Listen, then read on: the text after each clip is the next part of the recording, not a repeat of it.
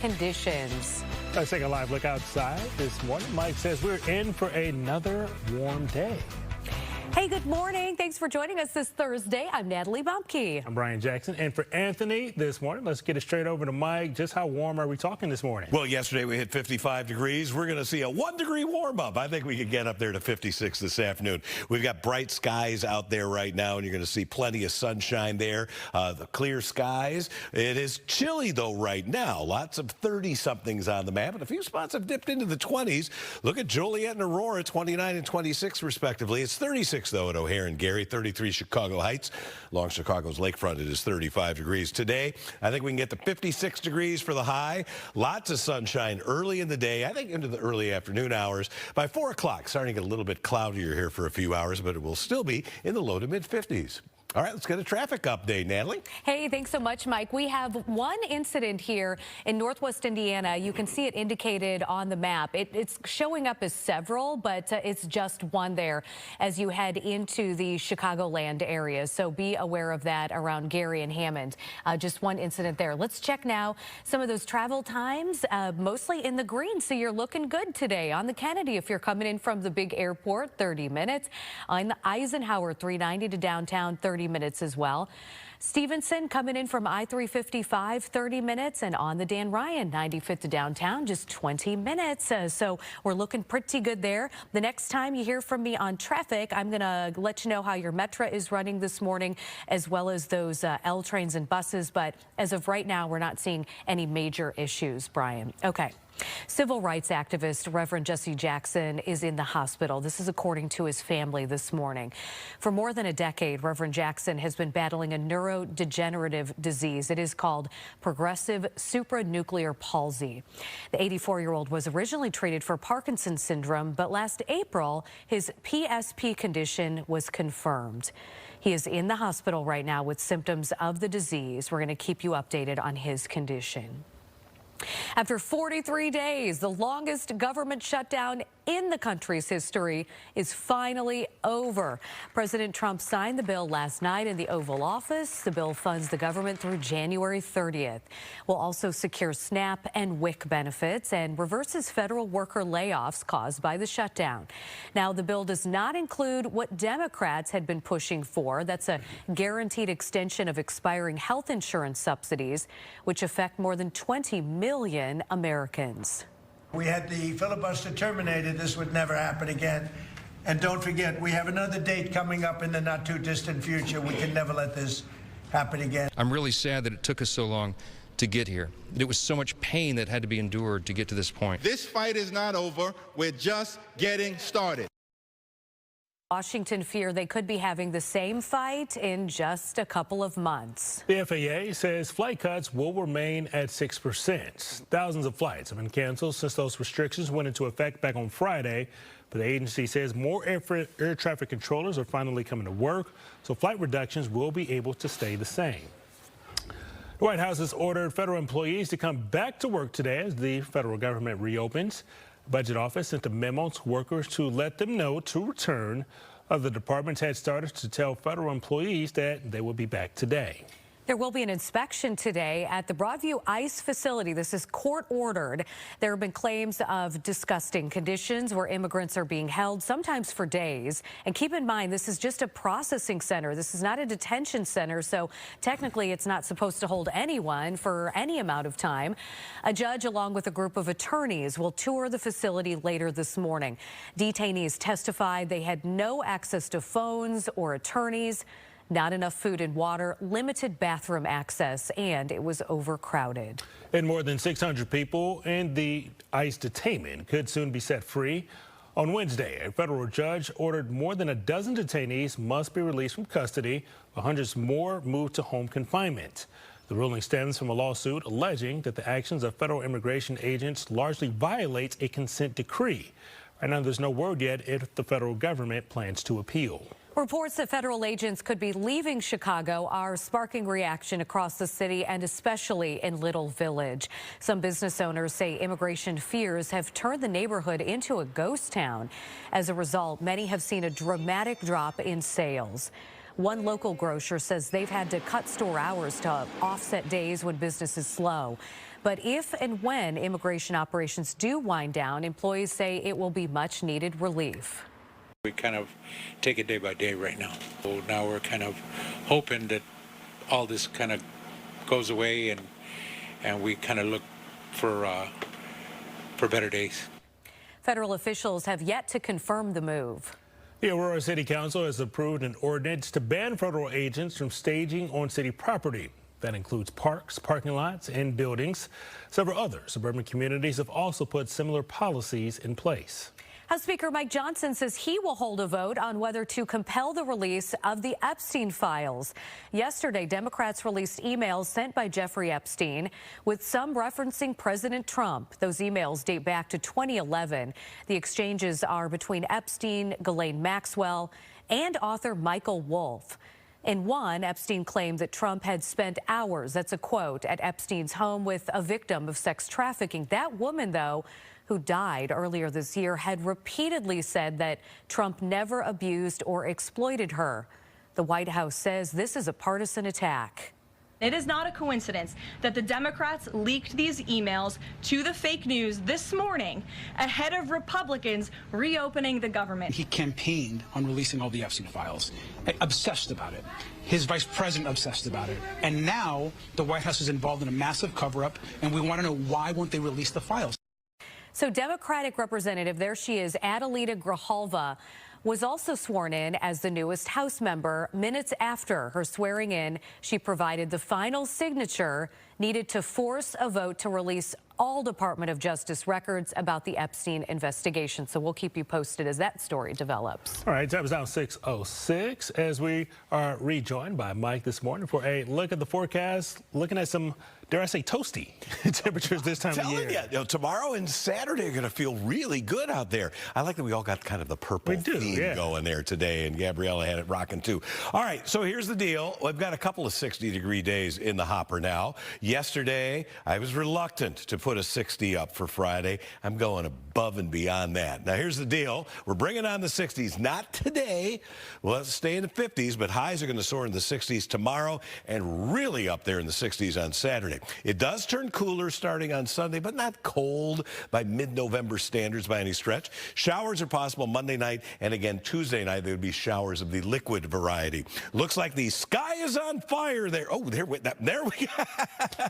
Camera moved just in time. 36 degrees. Skies are clear really throughout Chicagoland. That's what we've got at O'Hare. West wind, light speeds. It will not be as blustery today by any stretch like we had yesterday. Wind chill pretty close to the actual air temperature. You still want that heavier coat out there this morning, especially in places where we have 20-something, like Sugar Grove, Joliet, Rockford's at 27. Freezing on the nosy at Woodstock. We've got 33 at Chicago Heights. Valparaiso, our recent cold spot, 32 degrees right now, but all of us are going to be headed well into the 50s. There again, those wind chills pretty close to 30 degrees, and skies are absolutely clear. Let's go for 56 today with a pair of 60-somethings on the way starting tomorrow. Back to you. Thank you, Mike. The NCAA is penalizing Michigan State University's football team. Why they were part of an investigation involving a former coach. We'll explain that when we come back.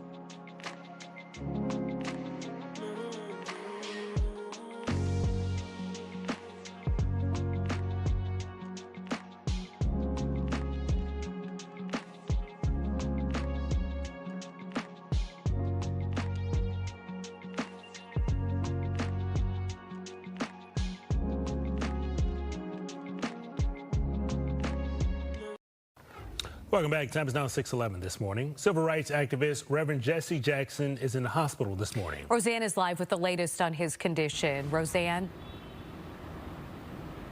Good morning. Our sources tell us that the Reverend Jesse Jackson is being treated here at Northwestern Memorial this morning. And we're told this is in connection to his neurodegenerative condition. Now, you'll recall years ago we were told it was Parkinson's disease, but now we understand it to be something called progressive for at least a decade. We don't know how serious his condition is this morning. He is 84 years old now. And of course, the Reverend Jackson, a giant in the civil rights movement. Through the years, he's just become a master of the turn of phrase, of course, founding Operation Push, now Rainbow Push. He's run for president twice, but we have seen less and less of him in recent years due to his condition. And this morning, again, great concern as we're told he is being treated here at Northwestern Memorial. So we are standing by, hoping to learn more information about his condition and hoping for the best for the Reverend Jackson, who is such an icon in Chicago and the nation. I'll toss it back to you in the studio. All right, thank you, Roseanne. Well, there will be no fare increase or service cuts or layoffs for the Chicago Transit Authority next year. The CTA board has approved the 2026 budget. The budget is now for more than $2 billion. The operating budget is $75 million more than last year's. Authorities have identified all 14 victims of the UPS plane crash in Louisville. Among them, a grandfather and his 3-year-old granddaughter who were killed when the plane crashed into a building. The Hawaii-bound cargo plane crashed shortly after takeoff last week. Investigators are still working to determine the exact cause of the crash. President Trump is calling on Israel to pardon Prime Minister Benjamin Netanyahu amid a long-running corruption trial. Netanyahu is the only sitting Israeli prime minister to face trial, charged with fraud, bribery, and breach of trust. Trump calls the trial a, quote, witch hunt, in the same language he used to describe his own legal issues. The UN's nuclear watchdog says it cannot verify Iran's stockpile of nuclear weapons-grade uranium. Israel and the U.S. struck Iranian nuclear sites during that 12-day war back in June. The International Atomic Energy Agency warns that it has lost track of Iran's declared nuclear material and is urging Tehran to cooperate. The agency says Iran has yet to allow inspectors into damaged sites or file a required special report detailing the status of its uranium. A former aide to California Governor Gavin Newsom has been indicted on corruption charges. Dana Williamson is accused of being part of a scheme that stole campaign money from the former federal health secretary. Investigators say that Williamson stole around $225,000 from the campaign account for more than 2 years. She's now facing 23 different charges. If convicted, she could face up to 20 years in prison. The NCAA is penalizing the Michigan State University football team. The Spartans must wipe 14 games off the record books and vacate those wins. Most of them happened while Mel Tucker was the head coach. NCAA says Tucker allowed 3 ineligible players to take the field, and he broke some other rules as well. Tucker was fired 2 years ago for some of his off-the-field issues. The university will also have to pay a $30,000 fine and is on the hook to shell out more cash based on the program's budget. 6:14 now, and we want to send it back over to Mike Kaplan for another check of the forecast. Did notice a touch of warmth in the air yesterday, although I don't know if I can call it warmth, Mike. Not yet, but I think you'll feel it even more so tomorrow and really on Saturday. I think it's going to be so nice on Saturday. Even though it won't be a sunny Saturday, it's going to be a few degrees warmer. We've got a beautiful sunrise about to take place here over the lakefront, and we have clear skies pretty much area-wide, but the clear skies and light winds have allowed temperatures to drop. So when you send the kids out to school this morning, make sure they are properly attired. Give them that winter coat out there. Despite the sunshine, it's chilly. 36 on average in about an hour. At noon, still sunny, 52. And then at 3 o'clock, clouds will be moving in with a temperature of 56 degrees. But it should be pretty nice out there. Kids have anything going on after school, maybe practicing for sports or maybe an actual sporting contest going on. Not too bad out there, and it will not be that windy. These are the current temperatures. We're looking at 30-something for most of the area. A few spots have dropped into the 20s. Our usual cold spot, Aurora, 26. It is 36 degrees, though, at Gary. Benton Harbor, almost 20 degrees warmer than it is in Sugar Grove. with a temperature of 45. So let's look at our Weather Authority futurecast. I am forecasting an increase in cloud cover late this afternoon. Lots of sunshine this morning. Take a look at the timeline. Lunch, we're just total sun. Late afternoon, we're looking almost at sunset here now, and you see clouds coming in from the southwest. It will be cloudy for a few hours here, and then later tonight, by the time we get to the post-midnight time frame, skies are clearing out. We'll have a whole lot of sunshine here tomorrow, and that's why I'm confident we can get temperatures into the 60s tomorrow and again on Saturday. So we'll go 56, 62, 66. Gets cooler on Sunday. We do have a couple chances for some rain early next week, Monday night and again Tuesday night, with highs all 3 of those days, Monday, Tuesday, and Wednesday, right around 48 degrees. Brian, Natalie? Okay, let's give you a quick check of that commute this morning. I mentioned at the top of the hour there was an incident in Northwest Indiana. I have more details on that for you right now. I-80-94 eastbound at the I-65 interchange there. There's an accident on the right shoulder that is causing some stop-and-go conditions. And then if we head up to our viewers to the north of the city, the Tri-State northbound at Grand Avenue. So going outbound on the Tri-State at Grand Avenue, it looks like there's an issue there. And then I also want to mention a structure fire that we are tracking this morning. This is on the southwest side of the city of Chicago, 111th between Central Park Avenue and St. Louis Avenue. Those areas are closed because of a structure fire. There were some injuries. It was a residential building. I mention this because if you take the number 112 Vincennes bus, it is being temporarily rerouted because of that structure fire. Your L trains are running smoothly, and so is your Metra.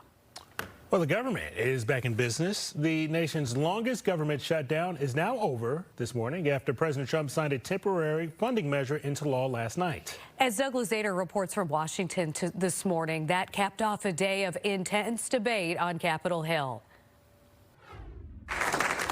With a round of applause, President Trump added his signature to the bill to reopen the government, saying he wouldn't give in to Democratic demands. Today we're sending a clear message that we will never give in to extortion, because that's what it was. On this vote, the yeas are 222, the nays are 209. The bill is passed. Just a short time earlier last night, the House finally passed the temporary funding bill, meaning those shutdown signs will come down, federal workers will return to the office with paychecks, air travel should return to normal incoming days, and SNAP food benefits will resume. We'll feel very relieved tonight. The Democrat shutdown is finally over, thanks to House and Senate Republicans who stood together to get the job done. There were a couple of Republicans who voted against the bill, but 6 Democrats crossed over to support the plan, despite overwhelming opposition within their party. This fight is not over. We're just getting started. The Democrats vowing to keep pushing for the extended Obamacare subsidies they had been holding out for. There will be a vote on that next month, and it could be an issue in next year's midterms, something the president also hit on. So I just want to tell the American people, you should not forget this. When we come up to midterms and other things, don't forget what they've done to our country. Our Douglas Zader joins us live from Washington this morning. So, Doug, what is the process for getting the government back to running at what we would consider normal levels? Well, you know, it's going to take some time to get all the money through various pipelines to get things operating again. You know, SNAP benefits will eventually be paid out again. Federal workers will return to the office. Paychecks will go out again. Air travel may take a little while to kind of get everything through the system, and some of those air travel restrictions are going to remain in place for a little while, apparently. Okay, so for those travelers, though, heading to the D.C. area, maybe they're hoping to check out the Smithsonian and some of the other museums. I'm hearing that those will be opening those sooner rather than later. Yeah, everything should be open pretty soon. Okay. You know, again, it's just going to be a question of how long it takes for people to get back to the office. You know, this funding deal was signed into law pretty late last night. So there may be some lags here before things begin to reopen again. You know, you look at the Smithsonian in particular, they stayed open beyond the shutdown. They were open for several days, as I recall, after that, as they were relying on some kind of remaining funds to keep operating. So we don't know how quickly they're going to kind of get back on their feet here. I think the one thing that's just going to take a while is air travel, because you have a lot of people that are still kind of stuck in the system that still have to get to their destinations. And again, those restrictions are going to remain in place for the time being. All right, that is our Doug Lozada reporting live from Washington this morning. Thanks for your time, Doug. Thank you. Well, after more than 2 centuries of production, the U.S. has stopped making pennies, while officials say it will actually help the country in the long run.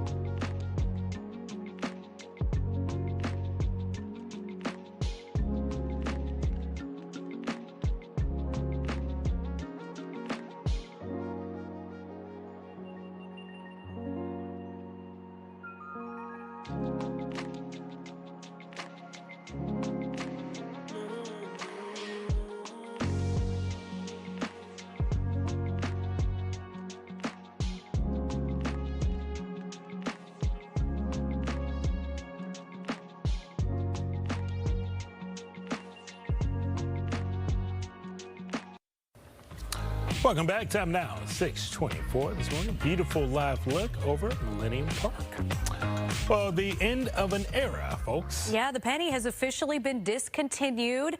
I want to take a poll and see how many people are upset about this. Yeah, I guess, true. you know, if you want to pay the lower amount, because most businesses are going to round up, you love the penny. Right. The U.S. Mint in Philadelphia pressed the final 1-cent coin Wednesday. The penny had been in production for more than 200 years. President Trump called for an end to its production nearly a year ago. He said the country had been wasting money minting pennies, which cost nearly 4 cents to make just one. The U.S. Treasury says the money will save American taxpayers $56 million. By taking this step, we protect taxpayer dollars, streamline operations, and better align our currency with the way Americans use their modern wallets. Wouldn't it be nice if we actually got that $56 million back? No, we're not going to see that money. It'll go somewhere else. U.S. Treasury says there are still about 300 million pennies in circulation. They may still be accepted as a form of payment, so don't throw them out just yet. However, some businesses say it may force them to round prices down or up to avoid shortchanging customers. The last pennies ever pressed, however, will be auctioned off. Sure, I got some laying around the house somewhere, right? Well, some surprising news in Chicago's restaurant scene. World-renowned Alinea restaurant has been downgraded to 2 Michelin stars. This was the city's first and longest-running 3-star restaurant since 2010. It is often looked at as a symbol of excellence and a trailblazer that brings tourists from all over the world. Alinea is the product of the chef and co-owner of Grant. Michelin has not said specifically why Alinea lost its 3rd star. The move leaves Smith in the West Loop as the sole 3-star spot here in Chicago. Philanthropist Melinda French Gates has pledged $250 million for women's health care initiatives. The money will go to more than 80 organizations that provide health care for women worldwide after a year-long application process. Each organization will be awarded $1 to $5 million. Detroit Lions wide receiver Amon-Ra St. Brown is apologizing for his end zone celebration last weekend. He did what is known as the Trump dance after his first quarter touchdown against the Commanders. On his podcast, he said he didn't mean to offend anyone. He was just having fun. President Trump, of course, was in attendance at the game. The video of the touchdown celebration was reposted to President Trump's Truth Social account. Actor James Van Der Beek is again selling memorabilia from his films and shows, including Dawson's Creek, to help pay for his cancer treatment. The 48-year-old actor was diagnosed with stage 3 colorectal cancer last year. Among the pieces up for auction is the outfit he wore in the pilot episodes of Dawson's Creek, plus the necklace that Dawson gifted Joey for prom, which is expected to sell for over $25,000. I would wish good luck to him in his journey with cancer. Time now, 6:26 this morning. Beautiful sunrise out there, Mike. Yeah, we're going to see a lot of sunshine today, and temperatures should get very close to what we had yesterday for a high into the mid-50s. But if you want it warmer, you're going to be happy with the next 2 days, that's for sure. I've got the forecast coming right up.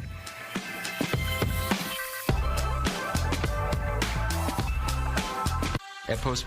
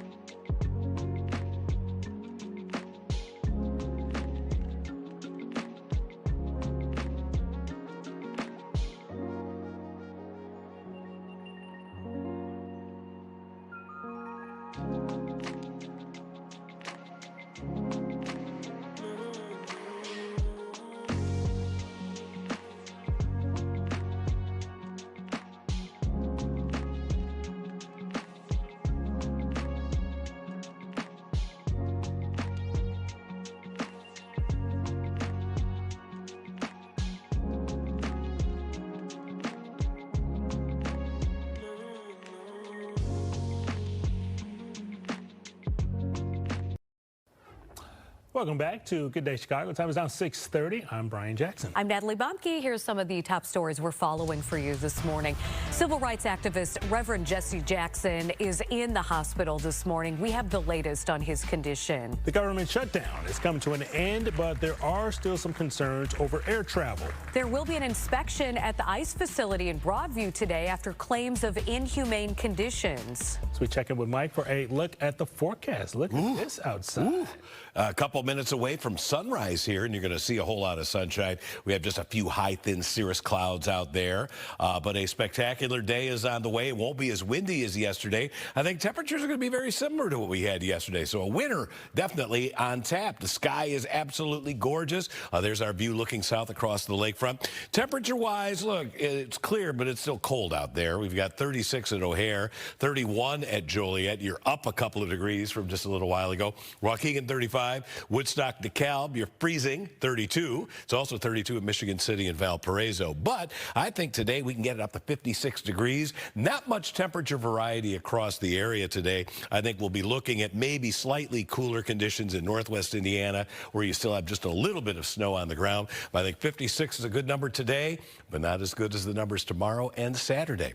All right, let's get a traffic update. What are we looking at here, Natalie? We are actually going to start in northwest Indiana because that's where we have an accident still on the right shoulder. I-80-94 outbound at I-65. It looks like, again, that is slowing things down in that neck of the woods. And then we have one other issue that I want to mention for our viewers in the northern portion of our viewing area, and it looks like that one is cleared, so no problem there. All right, no problems on Metra and no problems on your L trains this morning. Let's check those travel times, and they are building. On the Kennedy, coming in from O'Hare, 35 minutes. On the Eisenhower, coming in from 390. 40 minutes. On the Stevenson, I-355 to the Drive is 40 minutes, and on the Dan Ryan, 95th to downtown, 30 minutes. Civil rights activist Reverend Jesse Jackson is in the hospital this morning. Roseanne is live, and she has an update on his condition. Roseanne? Good morning. Our sources tell us that the Reverend Jackson is here at Northwestern Memorial Hospital this morning being treated in connection for his neurodegenerative condition.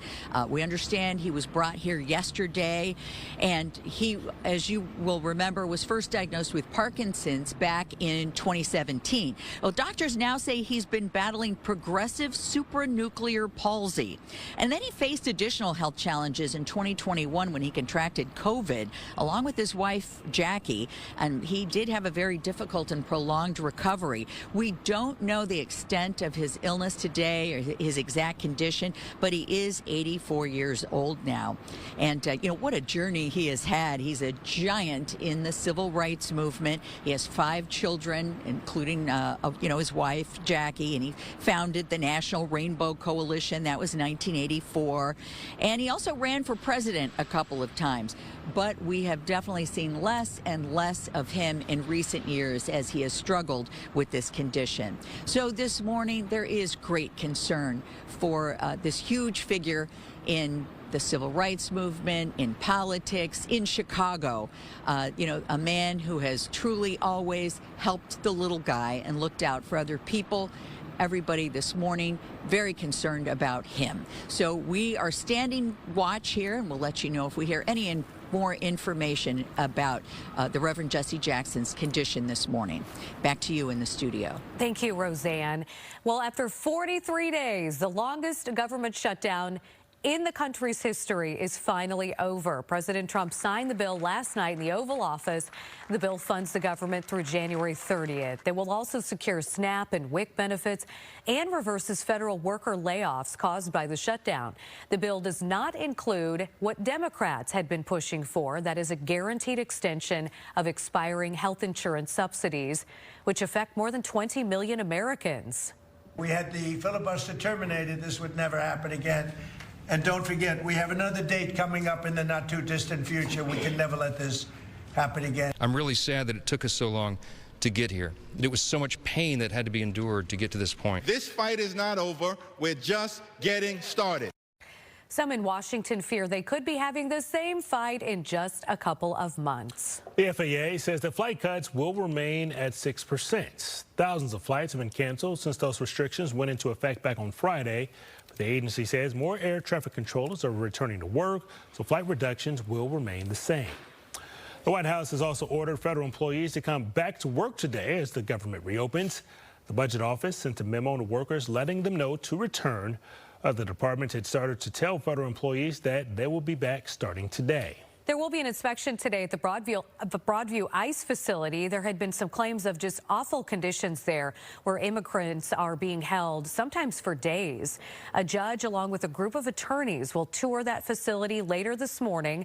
Detainees testified they had no access to phones or attorneys, not enough food and water, limited bathroom access, and they say it was overcrowded. Well, more than 600 people in ICE detainment could soon be set free. On Wednesday, a federal judge ordered more than a dozen detainees must be released from custody, but hundreds more moved to home confinement. The ruling stems from a lawsuit alleging the actions of federal immigration agents largely violates a consent decree. No word yet if the federal government plans to appeal. 6:36 now, and we had some nice sunshine yesterday. Hopefully that'll continue into today. Hey, Mike. Sunshine, check. Wind, no check. It's not going to be as windy today. Right. Yesterday it was kind of blustery. You get blown around out there. So today, with similar temperatures and a lot of sunshine, may actually feel a little bit nicer out there. But it's still chilly now. Clear skies. Going to foster a really quick warm up here. I think we'll be in the low 50s by noontime.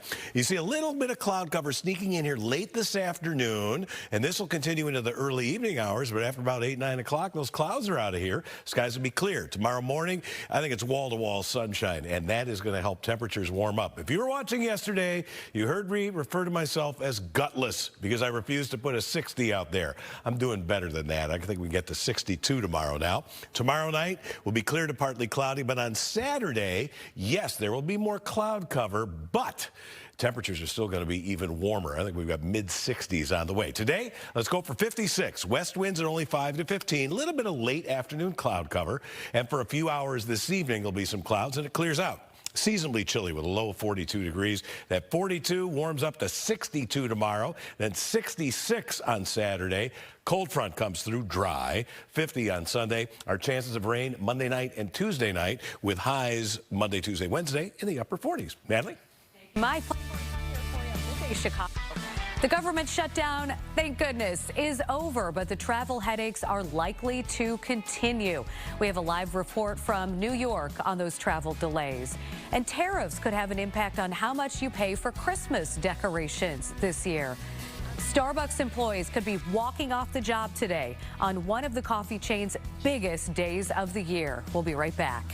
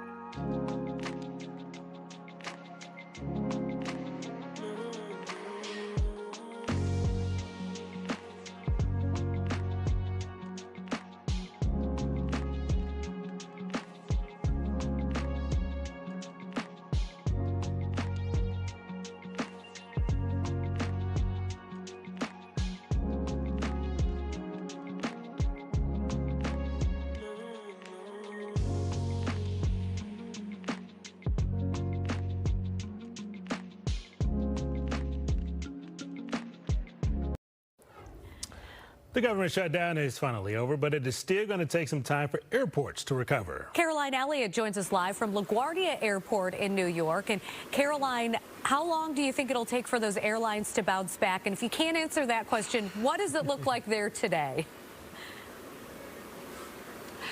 Well, Natalie, Brian, a little slow here this morning, but to answer your question, it might take airports a little bit to bounce back from all this, and the timing really could not be worse. We're just a few weeks out from Thanksgiving, and that's a time when airports, as we all know, it's already a disaster there, and that's when they're fully staffed, guys. So when will things get better? Well, now that the government is back open and those paychecks are coming back in, there is an expectation that most air traffic controllers will now show up for their shift, but it could take airports a few more days to recover.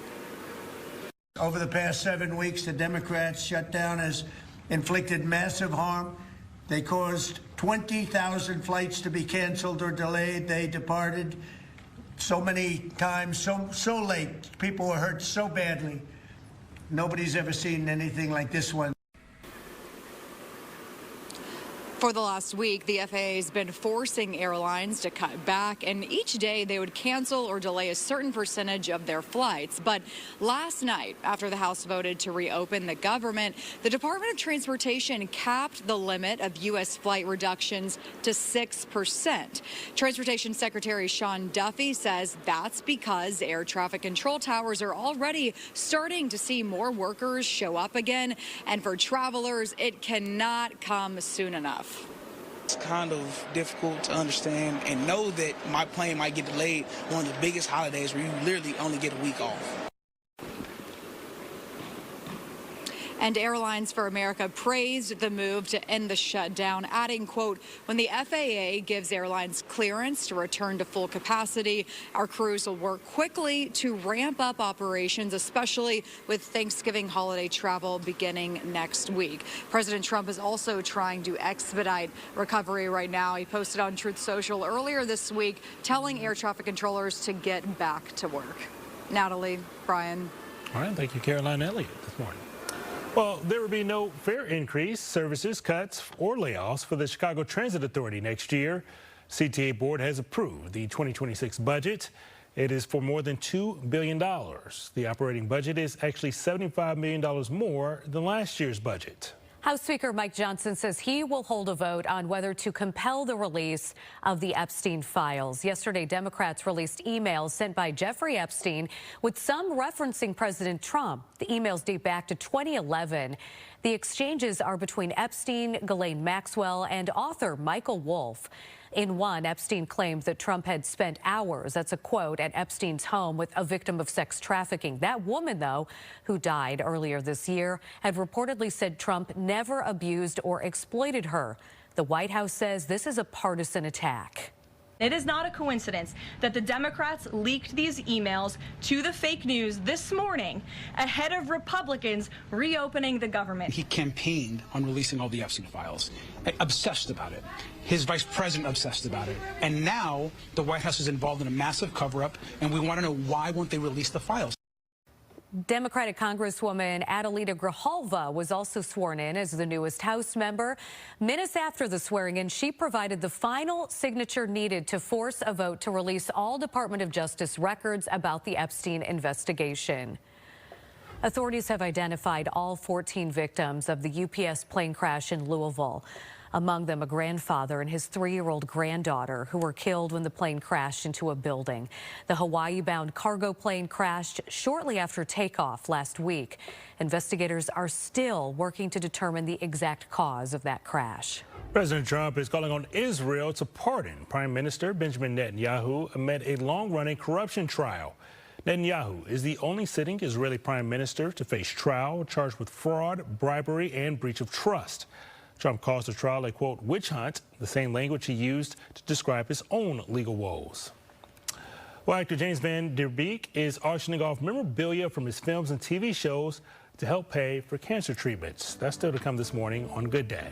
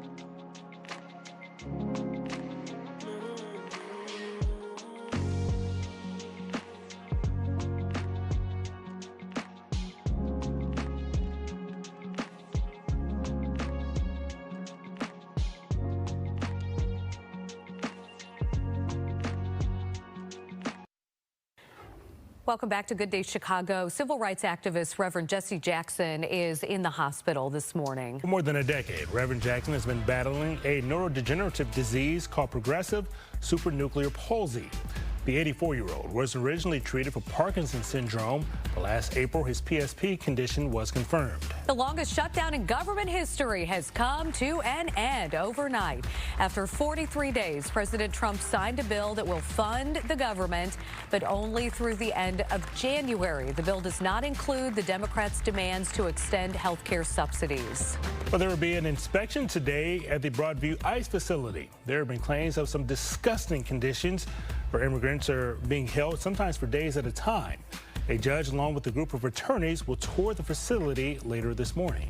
And let's give you a live look outside here at the sunrise. I feel like we're all so lucky we get to experience this together. That is beautiful every weekday morning, and it is so nice. We got birds flying through. We got a jet there on the left. This is spectacular stuff, and you're going to see a lot of sunshine today. It won't be as windy. I think temperatures are going to be maybe a degree or two warmer than yesterday's 55. All the cloud cover off to our south right now, or well off to our northwest. These clouds coming through parts of Minnesota and Iowa, they will filter into our sky later this afternoon. So we're going to go from sunny to kind of partly cloudy this afternoon. There you see in our futurecast a little stripe of cloudiness. That comes through here and moves out during the night so that we will have mainly clear skies overnight. And then tomorrow it is uninterrupted sunshine. And in this is a warm sector. See that warm front way up there in Canada. I think we can get into the low 60s tomorrow. I was reluctant to pull the trigger on a 60-degree day yesterday for Friday. I'm going full bore now. On Saturday, it will be even warmer. However, it will be a little bit cloudier, but there'll be enough transparency of those clouds. I still think that at worst, it'll be partly cloudy out there. Cold front comes through late in the day. That will be the leading edge of cooler temperatures, but not really cold by November standards. In fact, this is looking ahead now. This is the 8 to 14-day temperature outlook, which takes us all the way to Thanksgiving. And warmer than normal temperatures are expected for that entire week, taken as a whole, from the Rockies east, and that includes the Chicago area. So at this point, not forecasting any major Arctic air outbreaks for the week of Thanksgiving. Today, 56, not as windy. We'll go from sunny to partly cloudy this afternoon. Tonight, clearing skies, a low of 42, 62 tomorrow, 66 on Saturday. It'll be dry cold front time late Saturday, knocking temperatures back on Sunday to a high of 50, but with sunshine, that's going to be okay. Chances of rain Monday night and again Tuesday night, and those 3 days, Monday, Tuesday, and Wednesday, those 48s pretty close to normal for this time of year. Back to you. How about another traffic update? Hey, let's do it. All right, no problems on the Metro this morning, no problems on your L trains or your Chicago City buses, and there are no issues that I am seeing that could interrupt any major interstate travel this morning. I did just see, though, that Maroon 5 is going to be performing at the United Center this evening, so if you're traveling around that area, there might be some congestion later on. I love that Adam Levine. Songs by Jane, yeah, that used to be my jam. Favorites. All right, let's check those travel times now as you get ready to hit the roads this morning. They are certainly building. The Kennedy coming in from the big airport, 40 minutes. Eisenhower, 390 to downtown, 45 minutes, we'll call it. On the Stevenson I-355 to the Drive, 45 minutes. And on the Dan Ryan, 95th to downtown, we'll call that 35 minutes. Well, it is the end of an era. The penny has officially been discontinued. The U.S. Mint in Philadelphia pressed the final 1-cent coin on Wednesday. The penny had been in production for more than 200 years. President Trump called for an end to its production nearly a year ago, and this is why. He said the country has been wasting money minting pennies, which cost nearly 4 cents to make just 1 penny. The U.S. Treasury says the move will save American taxpayers $56 million. By taking this step, we protect taxpayer dollars, streamline operations, and better align our currency with the way Americans use their modern wallets. The U.S. Treasury says there are still about 300 million pennies in circulation, and they are still accepted as a form of payment, so don't let anybody tell you otherwise. However, some businesses say it may force them to round prices down or up to avoid shortchanging customers. The last pennies ever pressed, however, will be auctioned off. We have some shocking news in Chicago's restaurant scene. The world-renowned Alinea restaurant has been downgraded to 2 Michelin stars. Alinea was the city's first and longest-running 3-star restaurant, going all the way back to 2010. It is often looked at as a symbol of excellence and a trailblazer that brings tourists from all over the world. Michelin has not said specifically why Alinea lost its 3rd star. The move leaves Smith in the West Loop as the sole 3-star spot here in Chicago. Philanthropist Melinda French Gates has pledged $250 million for women's health care initiatives. The money will go to more than 80 organizations that provide health care for women worldwide after a year-long application process. Each organization will eventually be awarded anywhere from $1 to $5 million. Detroit Lions wide receiver Amon-Ra St. Brown is apologizing for his end zone celebration last weekend. He did the Trump dance after his first quarter touchdown against the Commanders. On his podcast, he said that he didn't mean to offend anyone. He was just having some fun. President Trump was, of course, in attendance at the game. Video of the touchdown celebration was also reposted to President Trump's Truth Social account. Actor James Van Der Beek is again selling memorabilia from his films and show, including Dawson's Creek, to help pay for his cancer treatment. The 48-year-old actor was diagnosed with stage 3 colorectal cancer last year. Among the pieces up for auction is the outfit that he wore in the Dawson's Creek pilot episodes, plus the necklace Dawson gifted Joey for prom, which is expected to sell for over $25,000. Well, get ready to pay more for your holiday decor. Artificial Christmas trees and lights are expected to cost more this year, with new tariffs driving up prices by as much as 20% for trees and more than 60% for lights. Companies warn that making decorations in the U.S. could triple prices, and fewer imports this season may mean fewer choices for shoppers. We're also getting a sneak peek at this year's Morton Arboretum illumination display. Our Fox 32 drone crew captured the lights ahead of the big opening. Illumination is open to the public starting this Saturday. It runs through January 3rd. For more information on how to buy tickets, of course, you can visit our website at fox32chicago.com. And we have plenty more Good Day Chicago ahead. Keep it right here.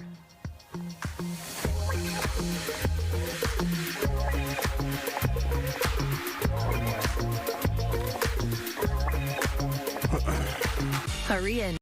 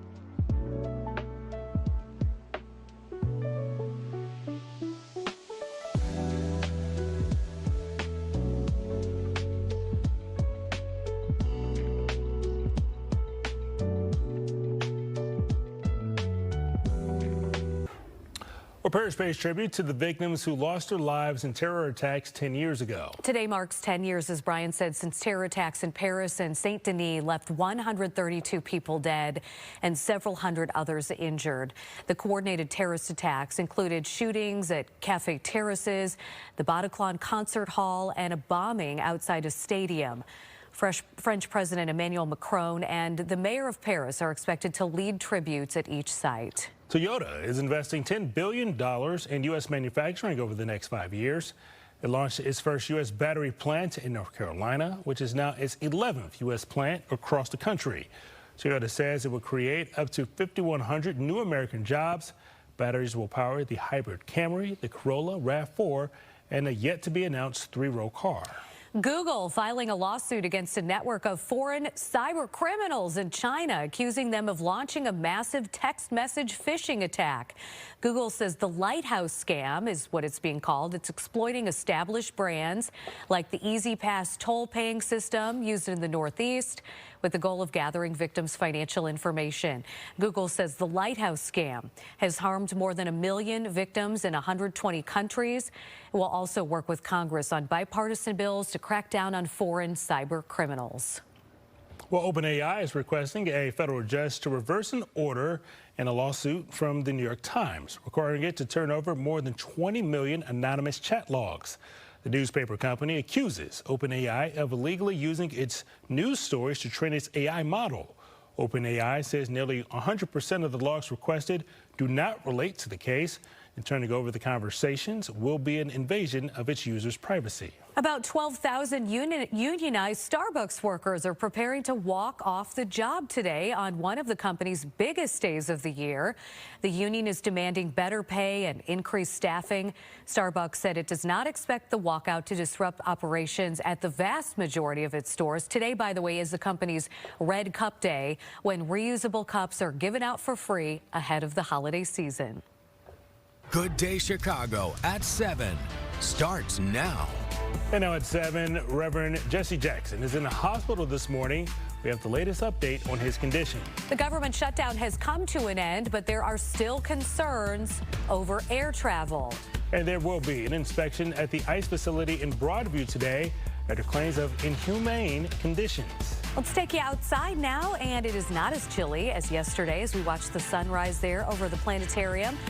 And Mike Kaplan will be with us shortly. Yes, he will. Thanks so much for joining us for this 7 o'clock hour as we check in with Mike. I'm here right now. Yes. We see like a megaphone in my ear.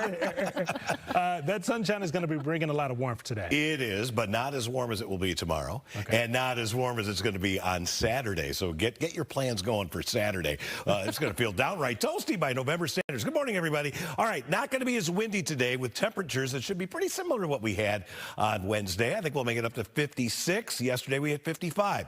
Bright but chilly in a couple of hours, 43 degrees. Still sunny at noon, 52 degrees. By 4 o'clock, you're going to notice a little more cloud cover out there, but I think it'll be transparent enough that we still see a little bit of sunshine through there. Bright sun now, just some high thin clouds out there. 35 at O'Hare. Very little wind to speak of, so the wind chill about the same as the actual air temperature. Wind chills are not going to get out of hand. But the temperature has tanked at Aurora's Airport, our usual cold spot, 23, 30 at Joliet, 36 at Gary. All of us headed for the mid-50s this afternoon. Back to you. Let's get an update on the traffic, Natalie. All right. Times are building. You can see across the viewing area, but I am seeing nothing that is really slowing you down here of note on any of the main interstates. Your Metro looks good this morning. Your L trains, your city buses also good. So let's go over those travel times. On the Kennedy, coming in from O'Hare, 45 minutes. On the Eisenhower, Route 390 to downtown, 45 minutes. On the Stevenson, I-355 to DuSable Lakeshore Drive, 45 minutes. And on the Dan Ryan, coming in from 95th, 35 minutes. Civil rights activist Reverend Jesse Jackson is in the hospital this morning. Roseanne is live with the latest now on his condition. Roseanne? Well, we understand, according to our sources, that he is here at Northwestern Memorial Hospital, and this is related to his neurodegenerative condition that he's been dealing with for quite some time. Now, he was initially diagnosed with Parkinson's disease. That was back in 2017, but doctors later said he's actually been battling progressive supranuclear palsy.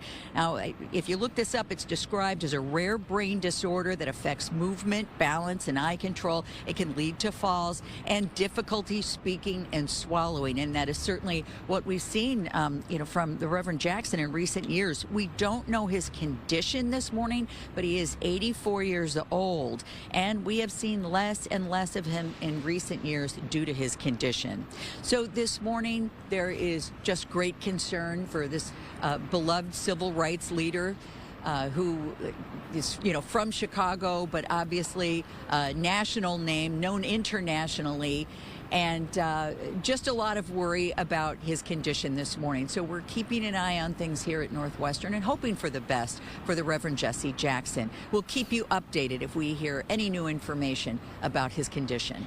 Back to you now in the studio. Thank you, Roseanne. After 43 days, the longest government shutdown in the country's history is finally over.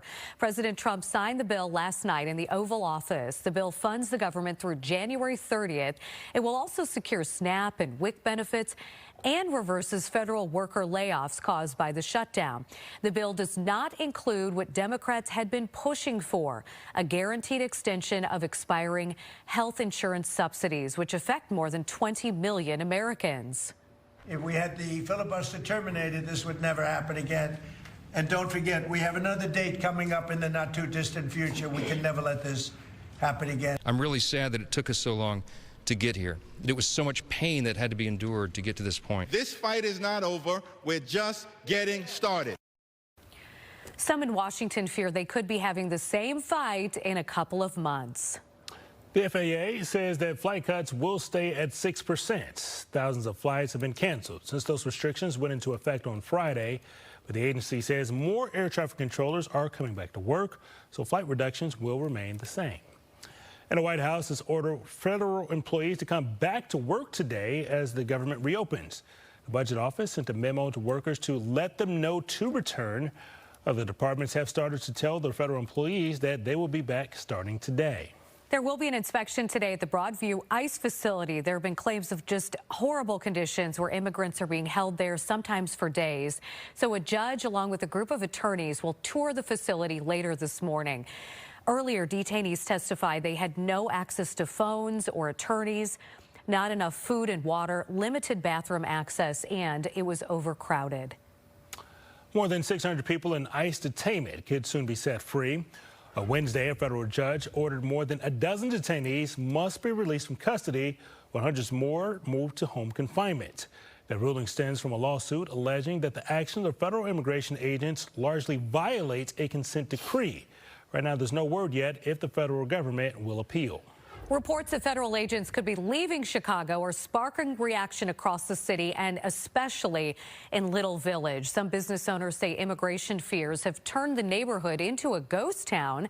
As a result, many have seen a dramatic drop in business sales. One local grocer says they've had to cut store hours to offset days when business is slow. But if and when immigration operations do wind down, employees say it will be much needed relief. We kind of take it day by day right now. So now we're kind of hoping that all this kind of goes away and we kind of look for better days. Federal officials have yet to confirm the move. The Aurora City Council has approved an ordinance to ban federal agents from staging on city property. This could include parking lots and buildings. Several other suburban communities have also put similar policies in place. House Speaker Mike Johnson says he will hold a vote on whether to compel the release of the Epstein files. Yesterday, Democrats released emails sent by Jeffrey Epstein with some referencing President Trump. The emails date back to 2011. The exchanges are between Epstein, Ghislaine Maxwell, and author Michael Wolff.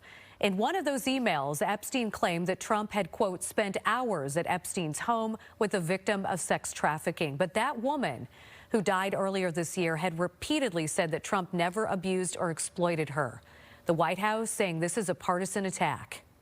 It is not a coincidence that the Democrats leaked these emails to the fake news this morning ahead of Republicans reopening the government. He campaigned on releasing all the Epstein files, obsessed about it. His vice president obsessed about it. And now the White House is involved in a massive cover-up, and we want to know why won't they release the files. Democrat Adelita Grijalva was also sworn in as the newest House member. And minutes after being sworn in, she provided the final signature needed to force a vote to release all Department of Justice records about the Epstein investigation. Time is now 7:07. Taking another live look outside. That sun is bright out there. Looks so far like Mike. Gorgeous. Still a little bit of color in those maple trees there around the bean. But we got beautiful sunny skies. You're going to see a lot of sunshine today. A few high clouds out there. This afternoon, I think there will be a little more in the way of cloud cover, but not until we get back up into the mid-50s, which is a little bit warmer than normal for this time of year. But what a gorgeous morning. Grab that coat, though. It is cold out there. At least it's not as windy as it was yesterday, so the wind chill's about the same as the actual temperature. We've dropped to 23 at our usual cold spot there, Sugar Grove, but it's 28 at Joliet, 32 at Kankakee. This is about as cold as it's going to get, really, for the next several days. 35 at O'Hare Midway, 36 at Gary, and Michigan City and Valparaiso. It is 32 degrees. Highs today, let's go for 56 degrees. Lots of sunshine this morning into the early afternoon hours. And somewhere between about 2 and 3, some cloud cover will come in here. But even then, it's still going to be at least partly sunny out there. And that west wind at 5 to 15 isn't too bad. Tonight will drop down only into the low 40s. It will not get as cold as it is out there now.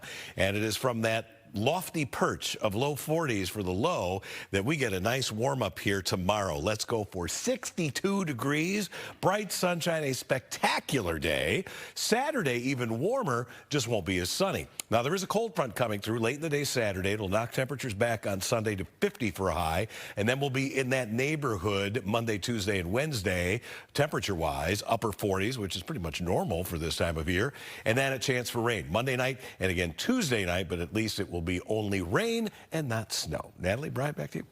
A new report shows a big reduction in violent crime here in Chicago this year. The city's leaders say that this was the case before the Department of Homeland Security got here. Deputy Mayor Gary Gatewood joins us in studio with more details.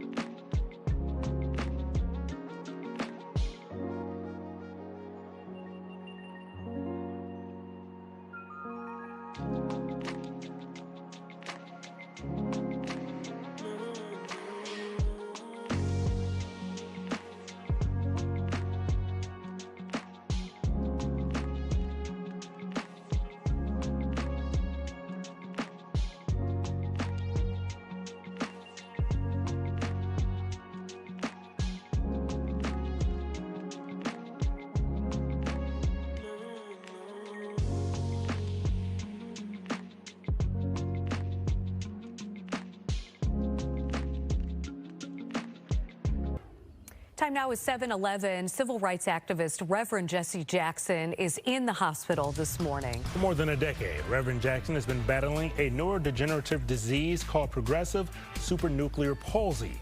The 84-year-old was originally treated for Parkinson's syndrome, but last April, his PSP condition was confirmed. The longest shutdown in government history came to an end overnight. After 43 days, President Trump signed a bill that will fund the government, but only through the end of January. The bill does not include the Democrats' demands to extend health care subsidies. There will be an inspection today at the Broadview ICE facility. There have been claims of some disgusting conditions where immigrants are sometimes being held for days at a time. A judge, along with a group of attorneys, will be touring that facility later this morning. There will also be no fare increase, service cuts, or layoffs for the Chicago Transit Authority next year. The CTA board has approved the 2026 budget. The budget is for more than $2 billion. That operating budget is $75 million more than last year's budget. Authorities have identified all 14 victims of the UPS plane crash in Louisville, and among them a grandfather and his 3-year-old granddaughter who were killed when the plane crashed into a building. The Hawaii-bound cargo plane crashed shortly after takeoff last week. Investigators are still working to determine the exact cause of that crash. President Trump is calling on Israel to pardon Prime Minister Benjamin Netanyahu amid a long-running corruption trial. Netanyahu is the only sitting Israeli prime minister to face trial. He's charged with fraud, bribery, and a breach of trust. President Trump calls the trial a, quote, witch hunt, the same language he used to describe his own legal woes. The UN's nuclear watchdog says it cannot verify Iran's stockpile of nuclear weapons-grade uranium. Israel and the U.S. struck Iranian nuclear sites during that 12-day war back in June. The International Atomic Energy Agency warns it's lost track of Iran's declared nuclear material and is urging Tehran to cooperate. The agency says Iran has yet to allow inspectors into damaged sites or file a required special report detailing the status of its uranium. A former aide to California Governor Gavin Newsom has been indicted on corruption charges. Dana Williamson is accused of being part of a scheme that stole campaign money from the former federal health secretary. Investigators say that Williamson stole about $225,000 from the campaign account for more than 2 years. She's now facing 23 different charges. If convicted, she could face up to 20 years in prison. The NCAA is penalizing the Michigan State University football team. The Spartans must now wipe 14 games off the record books and vacate those wins. Most of them happened while the team was led by head coach Mel Tucker. The NCAA says Tucker allowed 3 ineligible players to take the field. In addition to breaking other rules, Tucker was fired 2 years ago for some off-the-field issues. The university will also have to pay a $30,000 fine. 7:14 now, and Mike Kaplan is here as we take a live look at Soldier Field. Are the Bears playing at home this Sunday? No, in Minnesota. Okay, they're in Minnesota. I guess we're all kind of wearing Well, Vikings let's colors. not bring that up, Brian. It's all right. We like the color goodness. purple, yeah. We're wearing Northwestern colors. There we go. That's what we're wearing. Yeah, all right. But that's a beautiful view there of Soldier Field. Cool out there, and it's a chilly morning. But the Bears will be at home in a couple weeks to take on the Steelers. I really want them to win that game out there, beat Aaron Rodgers and company, right? All right, this is a cool perspective here. I don't think that we've had this camera shot for a while, but there you see Willis Tower, the shadow going all the way to Wisconsin. No, all right, it's not reaching out that far, but it is a cool picture. The lake out there. Neat blue sky to enjoy. Temperatures, though, despite all this sunshine, still cold out there. We've got 35 at O'Hare Midway. That's not too bad, but there's some spots in the 20s, including Sugar Grove, where it's 23. But even Joliet's only 28 degrees. We've got 32 at Valpo, Michigan City, and we're going to see temperatures rising pretty nicely here. I envision a 56 for the high. Yesterday, I went above what the conventional wisdom computer model was predicting for like a 50 to 52. We had 55. So today, once again, I'm going to go just a little bit above what the computer thinks for a high. 56 is slightly warmer than normal, but boy, we're way above normal tomorrow and Saturday. Look at these numbers. 62 tomorrow with sunshine. Yeah, 66 on Saturday, not as sunny, but boy, that temperature is going to feel very nice. We got a cold front through here with no rain, and that knocks temperatures back on Sunday. And it'll be a little bit cooler Monday, Tuesday, and Wednesday, but these temperatures are normal for the middle and end of November. Chance of showers Monday night and again on Tuesday night. All right, let's get a traffic update. Any slowdowns? The only issue I'm seeing right now, Mike, is on the Green Line train. Harlem-bound Green Line service is delayed at 47th because of some police activity. Crews are working to restore service there. No problems on your Chicago City buses or your Metro this morning, and no major issues on the interstates, although we are seeing those travel times build. Let's go over those. On the Kennedy, coming in from the big airport, 50 minutes. On the Eisenhower, 390 to downtown, 50 minutes. On the Stevenson, if you're coming in from I-355 to the Drive, we'll call that 50 minutes as well. And on the Dan Ryan, coming in from 95th, 33 minutes. Brian? Well, plenty more to come this morning on Good Day Chicago. The government shutdown is over, but it could take some more time for air travel to return to normal. Gabriella is live at O'Hare with the latest conditions. Some Starbucks workers are expected to walk off the job today. We'll tell you what they're demanding. And most of us try to avoid ultra-processed foods. And now the U.S. is getting a new food label that puts a bullseye on them. In our 8 o'clock hour, we're speaking with a registered dietitian about some of the misconceptions when it comes to our food. We'll be right back.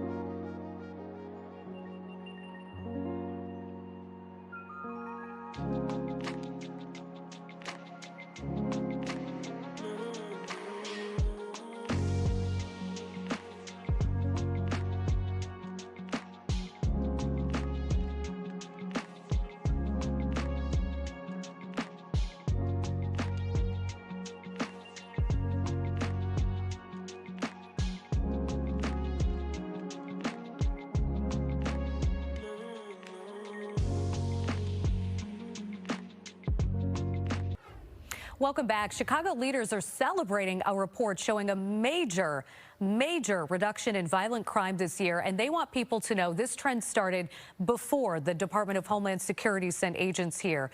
I'm joined by Deputy Mayor Gary and Gatewood.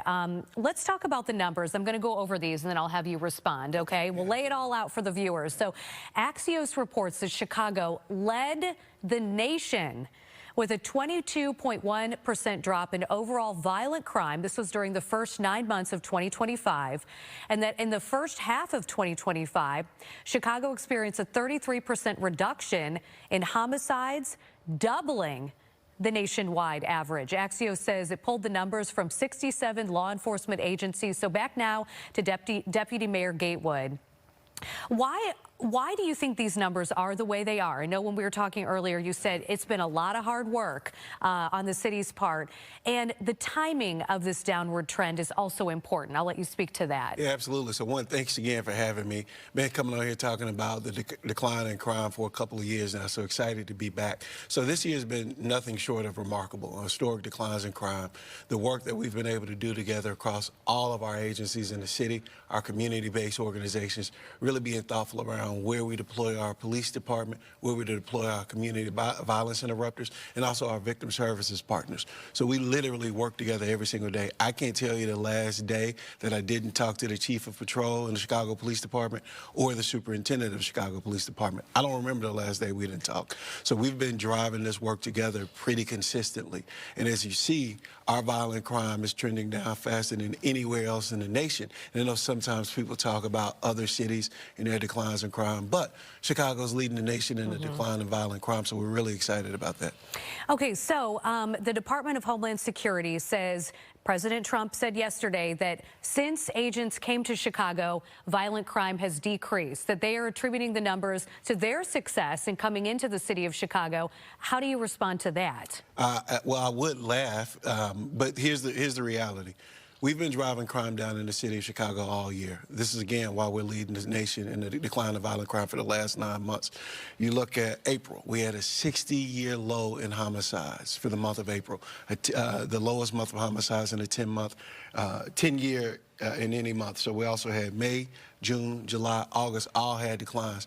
Operation Midway Blitz started in September, where we still had declines in September, and we had declines in October. So this is the work that we've been doing throughout the entire year, from hiring youth through the mayor's plan to hire 31,000 young folks, employing more community violence interrupters. And again, I would be remiss if I didn't talk about the great work of the Chicago Police Department and community members who've stepped up to really help all of us bring safety to our city. So what I can also tell you is deploying tear gas in residential neighborhoods has not driven crime down at all, not in any instance. The work that some of our partners in the federal government do that's not related to immigration enforcement has been helpful, but Operation Midway Blitz didn't help us drive any crime down in our city. Did you find that less crime, there was less of a significant decrease in crime in those areas where the agents were deployed? Absolutely. So where they were focused was basically in the 9th district and the 10th district in our city, so Little Village and other neighborhoods where there's a heavy immigrant population.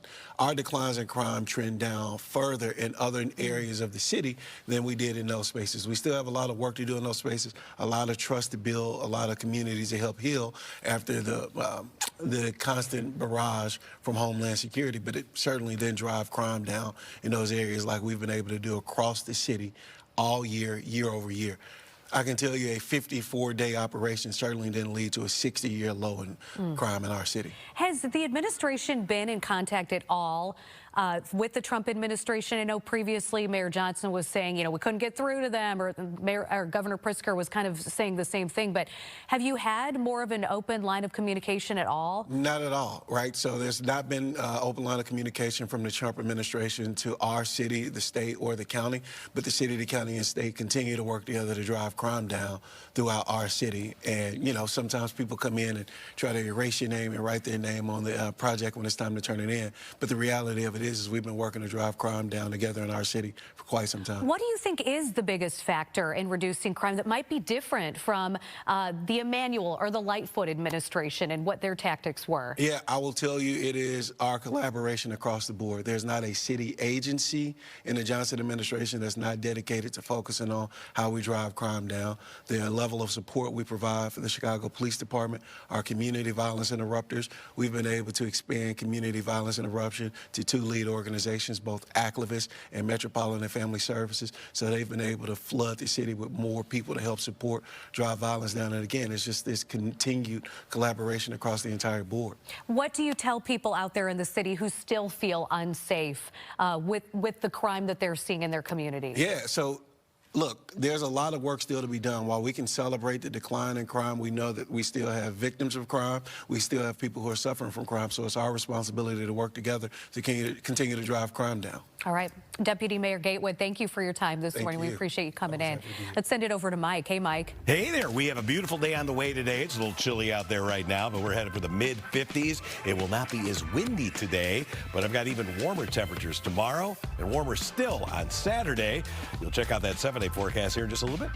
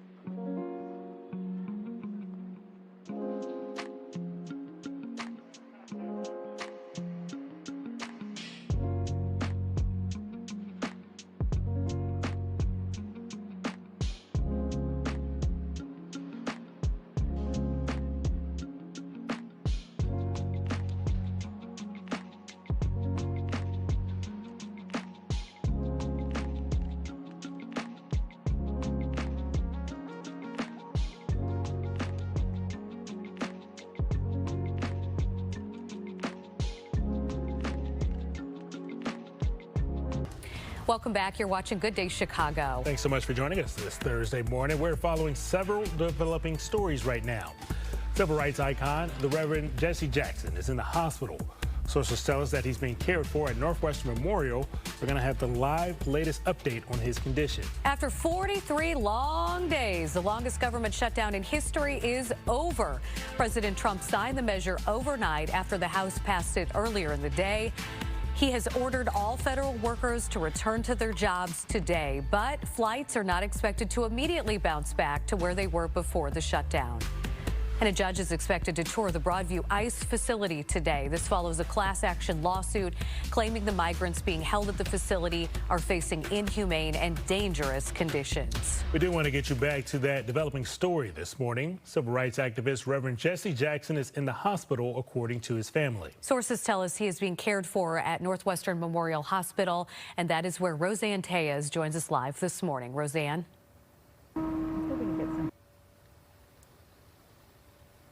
Okay, we're going to get back to Roseanne in just a moment, but let's first talk about this end to the government shutdown. Yeah, some major developments overnight on Capitol Hill. After 43 days, the longest government shutdown in U.S. history is finally over.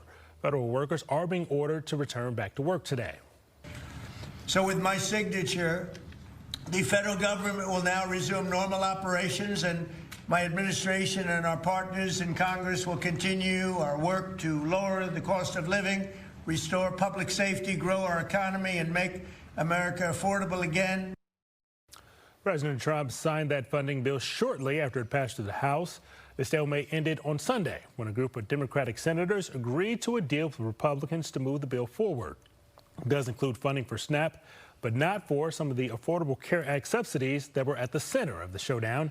The Congressional Budget Office estimates that the shutdown has cost our country $11 billion. So the question now is, how long will this take for things to change at airports dealing with flight cuts because of the shutdown? We're all well aware that holiday travel is kicking up in about 2 weeks. So Gabriela Primus, live at O'Hare International, with where she thinks things stand right now. What are you seeing there, Gabby? Well, not that. Let's start with some of the numbers. Right now, we're currently seeing 96 cancellations within the last 24 hours here at O'Hare. And then over on our southwest side, there's been 20 cancellations in the last 24 hours at Midway. Now, we know that our 2 local airports were part of the 40 affected high-impact airports in the U.S. that had airline traffic cut by 10%. Well, our headline today is that we are still stuck with freezing flight reductions at 6% amid a rapid decline in air traffic controller callouts. Now, flight reductions were initially implemented as airports and air traffic control towers suffered significant staffing shortage caused by this government shutdown. But still, the transportation official said the staffing levels have improved as there were only 4 staffing triggers yesterday compared to 81 on November 8th. That was Saturday. Still, safety needs to be a priority, so that 6% freeze will remain in place until the FAA can confirm it is safe to return to normal operations. Now, the DOT did not specify when it will end the restrictions entirely, though it said it anticipates doing so when conditions at the airports allow it. According to the new emergency order, international flights are exempt, but the order allows airlines to cancel them voluntarily and count the revenue towards that required 6% cut. Flights must be canceled, though, 4 days in advance if they're international. There are complaints coming from every which way. Pilots have been complaining that controllers are being less responsive and more stressed because of their overwhelming workload. But it remains unclear how many controllers were absent during the shutdown. The DOT and FAA haven't published those totals. Overall, things are looking better here at O'Hare. There are reports coming in that officials say that pre-shutdown normalcy will be restored roughly a week after the funding lapse ends. So we're going to go around, talk to some people who are getting hopefully on their flight on time and it's not canceled. They should know ahead of time and see what they have to say about this now still 6% freeze that we're seeing. Live in O'Hare, Gabriela Primus, Fox 32 Chicago. All right, thank you, Gabriela. We do want to return you to that developing story this morning. Civil rights activist Reverend Jesse Jackson is in a hospital, according to his family. Yes, sources telling us, as we mentioned, he's being cared for at Northwestern Memorial Hospital, and that is where we find Roseanne Tellez this morning. Roseanne, what is the latest? Well, the latest is that we believe he's being treated in connection with his degenerative condition, his neurodegenerative condition. And you may remember initially it was believed to be Parkinson's, but last April it was confirmed to be something else, often confused with Parkinson's. It's called progressive supranuclear palsy, and it is described as a rare brain disorder that affects movement, balance, and eye control. It can lead to falls and difficulty speaking and swallowing. The Reverend Jackson also faced some additional health challenges in 2021 when he contracted COVID and had a really prolonged recovery. We don't know his condition this morning, but he is 84 years old now, and his health has been declining in recent years. But what a journey he has had. He's a giant in the civil rights movement, 5 children, of course, his wife Jackie. He founded the National Rainbow Coalition in 1984, known as Rainbow Push Coalition later, and he ran for president twice. But he has withdrawn from public life in recent years to a large extent due to this condition that he has been battling. So we are waiting here outside Northwestern Memorial Hospital, hoping for some kind of an update, hoping for good news for the Reverend Jesse Jackson. As soon as we learn any new details, we'll bring those to you. Back to you now in the studio. All right, thank you, Roseanne. All right, time now 7:35. As a live look outside, we're still seeing some of those pretty fall colors out there, Mike. But less than we saw about a week ago. Those maples were in full glory. Now we're getting a little bit past peak out there. But boy, we have a beautiful sunny day on the way. Take a look behind me here. Is our view looking back to the west from Shedd Aquarium. Getting a little glint of that sunlight off of Willis. And everybody has blue skies right now at O'Hare. 35 degrees. They're reporting partly cloudy skies. There are some times that I wish that the way that we in the weather business reported cloud cover was a little bit different, because it's really almost entirely sunny there. We have few high, thin clouds out there, and that counts as partly sunny, apparently. West-southwest winds, not as fast as what we had yesterday, and it won't be as windy throughout the day. 35 at Midway, 31 at Woodstock. Few spots still in the 20s, including our usual cold spot. Rockford's at 28 degrees. How about Northwest Indiana? Close to or a little bit above freezing. 36 at Gary, 32 at Valparaiso and Michigan City. And there's still some snow on the ground in Northwest Indiana and far eastern Kankakee County. Now, compared with 7 a.m. yesterday, most locations are colder than it was 24 hours ago, especially there at the Aurora Airport, where it's 12 degrees colder. Despite that, all the sunshine we're going to enjoy early today and early in the afternoon, going to shoot temperatures up just like yesterday, mid-50s on the way. 56 today, not as windy. West winds at 5 to 15. You are going to see cloud cover increase late in the afternoon. Tonight, whatever cloud cover's out there goes away. We'll have a low of 42, so warmer than it is out there right now. 62 for the high tomorrow, and then even warmer on Saturday. What a day, 66. Will it be as sunny as tomorrow? No, but it's going to be warmer. That's a fair trade. On Sunday, sunshine and cooler, high of 50 degrees. We have a couple of systems that could bring some rain here Monday night and again Tuesday night. Monday, Tuesday, and Wednesday, all 3 days, we're talking about highs in the upper 40s. Let's look at some photos. We are still being inundated with Northern Lights photos, not only from the night before, but also last night. This, I believe, is from last night. Greg Markey there in Dunbar Beach, and he gives us a beautiful look at the greens and reds there. Greg, always appreciate you sending in pictures for us. Peg Donnellen, Northern Lights over Manteno. This was a last night picture, that far south in Kankakee County. Beautiful picture there, Peg. How about this from last night? Mike Walsh. He's there at Lake Bluff Beach, and just, gorgeous, looking up there and seeing lots of northern lights in the sky. Still spectacular. And how about Joel Maldonado? Isn't that amazing? Again, that city in the background. Beautiful. Yes. Yeah, I love how you've got that over the city there. That is just a beautiful shot. Another one you need to frame up and like Purple Rain in the background. Hang that one on the wall. Thank you all for sharing so much. Again, I wish I could share all of the literally hundreds of pictures that we've gotten, but just picking out a few. But that one over the city's great. That was nice. Yeah, it is. Thanks so much, Mike. Here's a look at your drive times. We are in the red this morning. Make sure you plan some extra time to get to where you need to go. We'll be right back.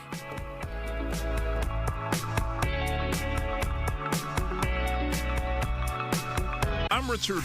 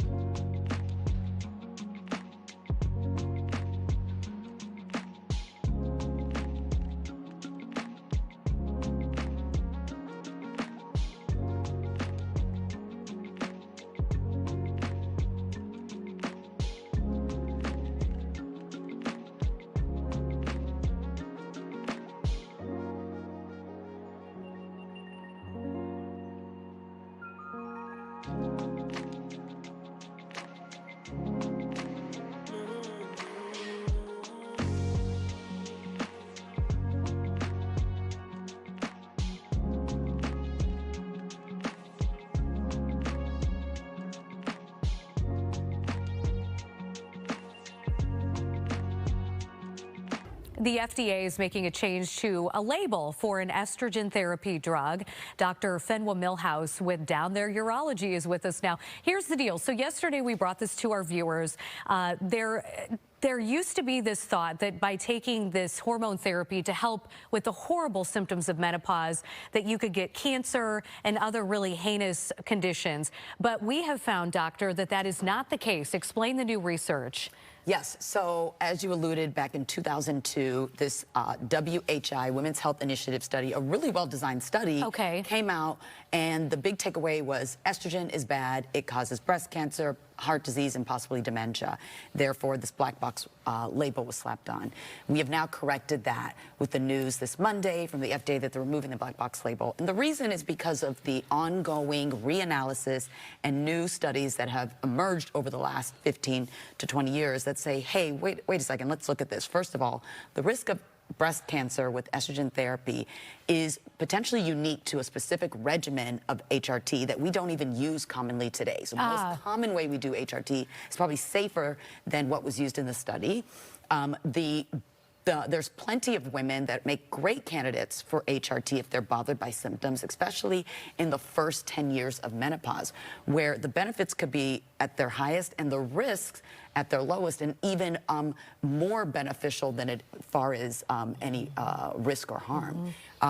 When you look at the data in the WHI, the risk of breast cancer in patients who got the combined estrogen plus progestin therapy, which is what we do when women often need a combined therapy when they have a uterus, the risk was only one extra woman in 1,000 women per year got breast cancer. Wow. Only one. So that means 999 women in 1,000 did not. That is a lot smaller and a lot less scarier than what it's been made out to be.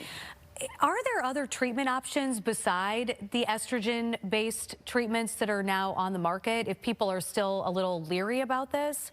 Yeah, certainly. Listen, HRT isn't for everyone. Not everyone wants to choose it. Everyone deserves a conversation about it. Right. But there are alternatives specifically for hot flashes, night sweats, what we call vasomotor symptoms that are common with menopause. There are both now FDA-approved medications and off-label, non-FDA approved medications specifically for those symptoms. I have known women now that I'm in my 40s, because thank the Lord, it is more of a conversation. It used to be something you never talked about, but now women are sharing their experiences. And I have met women whose lives have been changed by going on these medications. What would you say to a patient out there to encourage them to ask questions? We've been conditioned to suffer. We've been conditioned to just push through and suffer. And I would tell women that you do not need to suffer. You do not need to suffer in silence, nor should you. Talk to your doctor, get the data, get informed, make an informed decision, determine if it is right for you or not. There are plenty safe ways to deliver HRT. One of the most common things I do in my practice at Down There Urology is prescribe what we call vaginal estrogen, which is completely safe for any woman, including those who have had breast cancer, including those who've had blood clots, and is greatly beneficial for the bladder and vaginal symptoms that affect menopause. Typically, does insurance cover those treatments? Yeah, so insurance actually typically does cover these treatments. Great. And there are very inexpensive ways to get it, even if you don't have insurance. Okay, doctor, thank you so much for all of such good advice this morning. All right, here's a look at what's coming up on Good Day Chicago at 8 and 9. We've got a great show planned for you today. We'll be right back.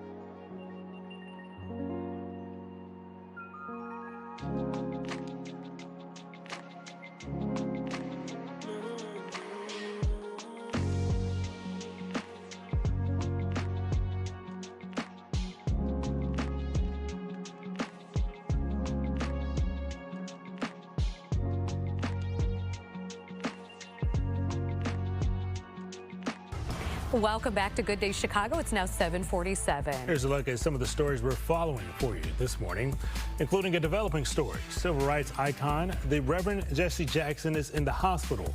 Sources tell us that he's being cared for at Northwestern Memorial more than a decade. He's been battling a neurodegenerative disease called progressive supranuclear palsy. Roseanne Tejas is live at Northwestern Memorial with the latest on his condition. We're going to have another update from her at 8 o'clock. After 43 days, the longest government shutdown in history is over. President Trump signed the measure overnight after the House passed it earlier yesterday. He has ordered all federal workers to return to their jobs today, but flights are not expected to immediately bounce back to where they were before the shutdown. A judge is expected to tour the Broadview ICE facility today. It follows a class action lawsuit claiming that migrants being held at the facility are facing some inhumane and dangerous conditions.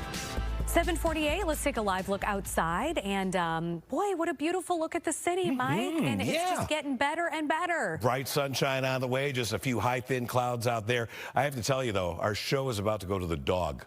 Not the dog. It's Thursday. The dog. That we have a puppy coming up in the 8 o'clock hour from Paws, and the fur ball is So wait till you see this dog. It's adorable. Oh. I'm not telling Mrs. C about that dog, but uh-oh.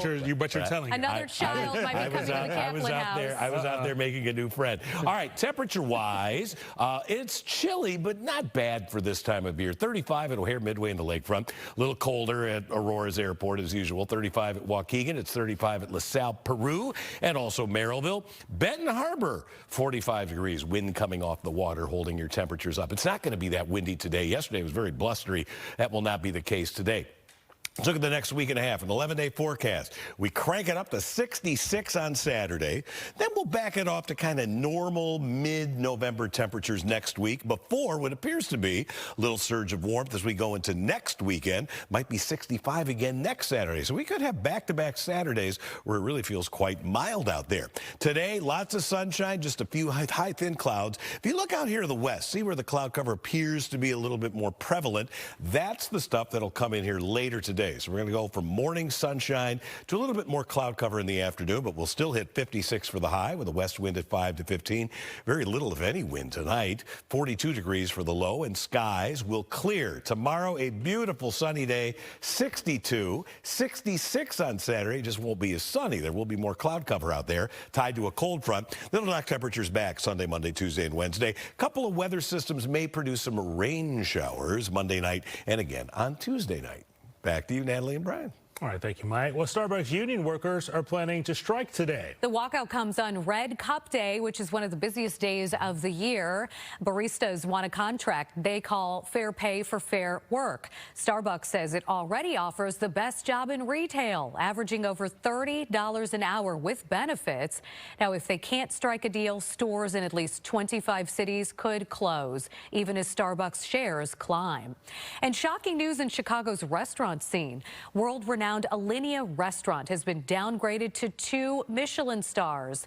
Alinea was the city's first and longest-running 3-star restaurant, gaining the status in 2010. Michelin has not said specifically why Alinea lost its 3rd star. So the move leaves Smith in the West Loop as the sole 3-star spot in Chicago. A delivery tax could be coming here to Chicago. Alderman Gilbert Villegas wants to make it happen. He says it will help close the city's budget gap and keep a corporate head tax off the table. You would end up paying $1.25 extra for every package delivered by ground.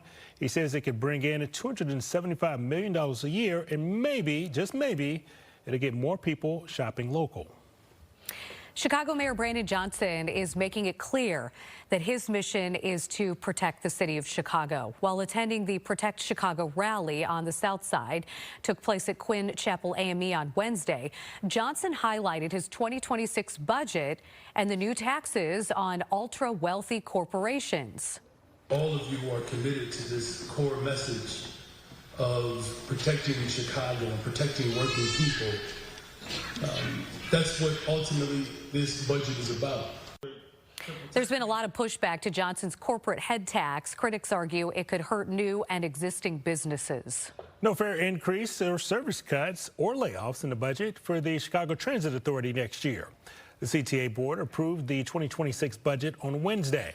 The budget is for more than $2 billion.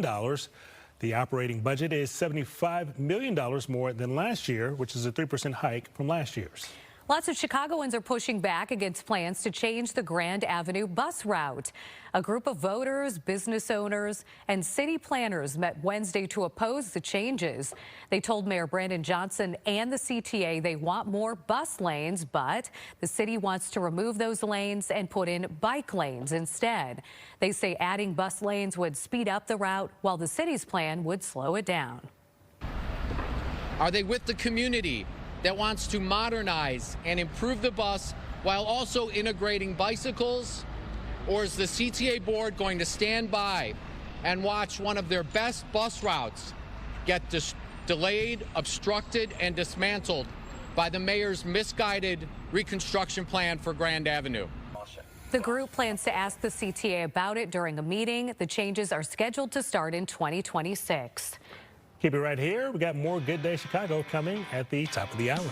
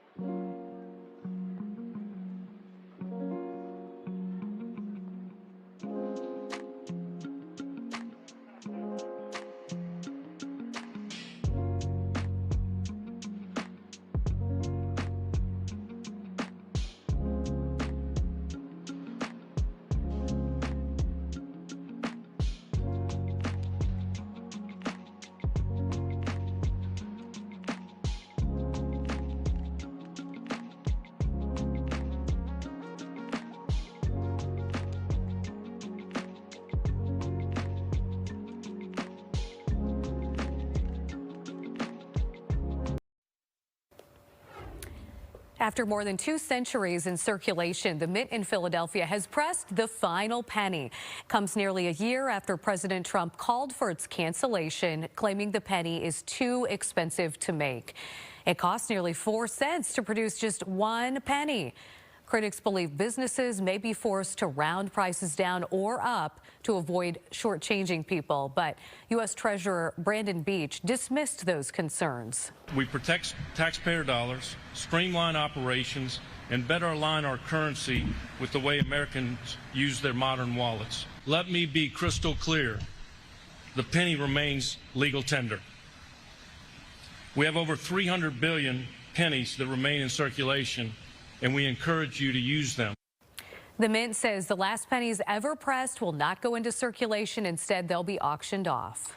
OpenAI is fighting in order to turn over millions of ChatGPT users' conversations. The company is asking a federal judge to reverse an order in a lawsuit from the New York Times. The newspaper company accuses OpenAI of illegally using its news stories to train its AI model. OpenAI has to send over the transcripts by Friday. And you can now choose a woman-only option on Uber if you're a woman rider. In Chicago, you can request women drivers only in the app, and if you're a female driver, you can set your app to request female riders only. Oh, you'll soon be able to put your passport on your iPhone. Apple is launching the feature for its digital wallet. If you have an iPhone 11 or later and you have Bluetooth and touch or Face ID turned on, TSA will accept the passport as a form of real ID. This doesn't replace your physical passport, and you can't use it for international travel just yet. New data shows people are keeping all their streaming service subscriptions even as the prices go up. Some of them, like Peacock and Paramount Plus, claim it's for new content, mostly sports, but cancellation rates haven't really gone up just yet. Well, the publication wants to pay you to watch holiday movies. Some outfit call cable TV, which may or may not have anything to do with cable TV. It's going to hire someone and pay them $2,500 to watch holiday movies. The title, if you can handle it, Chief of Cheer. Oh, and if you have to watch 25 holiday movies in 25 days, cable TV will even throw in a holiday blanket for you. That doesn't, I feel like the holiday movies oftentimes are shorter, you know? Okay. Maybe like at the Hallmark It Channel might work kind of that stuff. way, yeah. So, you know, one a day maybe, it's doable. Artificial Christmas trees expected to get hit with tariffs this holiday season. Several major U.S. importers believe they'll cost around 10 to 20% more than last year. Lighting for trees could also go up by 63%. The founder and CEO of artificial tree company Balsam Hill, very popular, says if he manufactured trees here in America, and this is startling, the price for one tree would jump from $800 to an estimated $3,000. Oh my. All right, a new survey finds America's favorite Thanksgiving side dishes, stuffing. I don't know who they surveyed. What? Campbell's State of the Sides report shows 42 states ranked it as their #1. At #2, mashed potatoes. What is, wait, just tell us what your favorite is. I'm just going to go down the list to see if mine is on here first. Okay. Followed by sweet potatoes. Okay, you're coming in. Oh, #4, mac and cheese. That's #1. That is #1. And rounding out the top 5, green bean casserole. Good Day Chicago at 8 starts now. And now at 8, civil rights icon, the Reverend Jesse Jackson has been hospitalized. We are live at Northwestern Memorial Hospital with the latest on his condition. The longest government shutdown in history is over, but will it make a difference at our airports? We're live at O'Hare with flight cuts and where they stand. And we're talking with a registered dietitian about something that can make or break your health. She walks us through the misconceptions about ultra-processed foods. And we're starting off pretty chilly this morning, but we're going to see things warm up just a little bit. It is 8:01 now, and Caitlin Cody is here with Anita and I. So tell us what we're in store for today. Which, by the way, mac and cheese is your #1? #1. Side dish. Yeah. I mean, it's not the main character. Yeah. That's the turkey. The interesting thing, I don't know that I've ever eaten mac and cheese as a Thanksgiving side dish. Girl, we're going to talk a lot in the break. We have mac and cheese too much at our house, I think, to make it, you know. Okay, with the kids, you eat it a lot. Okay. Anita, yes. Well, there is that, yes. But if it's the baked one, the good one. Yeah, that's what Mama makes, the baked one. That might all be those things kind of make you feel like cold weather, comfort food. Yeah, exactly. Today's going to be beautiful. Temperatures will be above normal. We're pushing back to the 50s. It's actually going to be quite a lovely day. I did want to show you the big picture, of course, because satellite radar shows there's nothing headed our direction. We just have a few thin clouds out there, especially in our southwestern counties. Looking from our Shed Aquarium camera, stunning blue sky. The sun is going to be with us all day long. Temperatures, though, this morning, they're chilly, of course, no surprise. 35 degrees at the lakefront, 38 at O'Hare, 37 at Midway. Temperatures in the upper 20s still holding on there in Aurora at 29, freezing at Woodstock. So let's get you that day planner. 50 degrees by 11, by 1, 55, mostly clear skies, 3-day outlook, temperatures back to the 60s, 66 expected Saturday. It is going to be lovely. A full check of your forecast is coming up. Okay, thank you, Caitlin. We are following a developing story this morning, as well as so many from around the country. Civil rights activist and icon Reverend Jesse Jackson is in the hospital, according to his family. Roseanne Tejas is live with where his condition stands this morning. Roseanne. Well, we understand that Reverend Jackson was brought here to Northwestern Memorial yesterday for treatment in connection to his neurodegenerative condition. Now, doctors confirmed his diagnosis of progressive supranuclear palsy last April. It had been mistaken for Parkinson's, which is a fairly common thing. It is described as a rare brain disorder that affects movement, balance, eye control, and it can lead to falls and difficulty speaking and swallowing. We don't know his condition this morning. We have not received any recent updates, but he is 84 years old now and has largely withdrawn from the public eye after decades of being front and center and always a part of the conversation, a giant in the civil rights movement. He founded the National Rainbow Coalition in 1984, known later as Rainbow Push Coalition. And of course, he ran for president twice. Just over the course of the last few hours, waiting here at Northwestern for an update, we have been talking about, amongst ourselves about the many stories with which he's been a part, bringing hostages home from different countries. He's just been involved in so many stories, politics, civil rights. And again, this morning, we don't know his condition at the moment. We're hoping for the best and waiting to hear an update. We will bring you that just as soon as we get any information. Back to you now in the studio. Roseanne, thank you. We're certainly hoping to hear something good. Thank you. Major developments overnight on Capitol Hill. After 43 days, the longest government shutdown in history is over. Federal workers are being ordered back to work today. So with my signature, the federal government will now resume normal operations, and my administration and our partners in Congress will continue our work to lower the cost of living, restore public safety, grow our economy, and make America affordable again. President Trump signed the funding bill shortly after it passed through the House. The stalemate ended on Sunday when a group of Democratic senators agreed to a deal with Republicans to move the bill forward. It includes funding for SNAP, but not for Affordable Care Act, subsidies that were at the center of the showdown. Now, the Congressional Budget Office estimates the shutdown has cost the country $11 billion. So the question now is, how will this change things at airports dealing with flight cuts because of the shutdown? Gabriella Primus is live at O'Hare this morning with where things stand right now. Hey, Gabby. Hey, Nat. Well, I mean, it's a little early to see exactly where we're going to stand. Maybe in the next 24 hours, we'll have some more details. Well, let's talk about the numbers, at least right now in the last 24 hours. For flight cancellations, 96 here at O'Hare and 20 at Midway, again, within the last 24 hours. Now, we know our two local airports are part of that 40 affected high-impact airports in the U.S. that had airline traffic cut by 10%. Our headline today, though, is that we're still stuck with freezing flight reductions at 6%. This is amid what they say is a rapid decline in air traffic controller callouts. Flight reductions were initially implemented as airports and air traffic control towers suffered significant staffing shortages caused by the government shutdown. Well, still, the transportation officials in an emergency order last night said the staffing levels have improved as there were only 4 staffing triggers on Wednesday compared to 81 on Saturday. That was November 8th. Still, safety needs to be a priority, so the 6% freeze will remain in place until the FAA can confirm it is safe to return to normal operations. Now, the DOT did not specify when it will end the restrictions entirely. But according to that new emergency order, international flights are exempt from this, but the order allows airlines to cancel them voluntarily and count them as revenue towards that required 6% cut. But those flights must be canceled 4 days in advance. There are complaints coming from every which way. Pilots are complaining that controllers are being less responsive and they're more stressed because of their overwhelming workload. But it remains unclear how many controllers were absent during the shutdown because the DOT and FAA haven't published those totals. We spoke to a few flyers who are smooth sailing so far today, including Matt, who is a frequent flyer. Yeah, it's all domestic. And some of them, most of them have major airports that I've been going into probably in the last month where we've been more affected.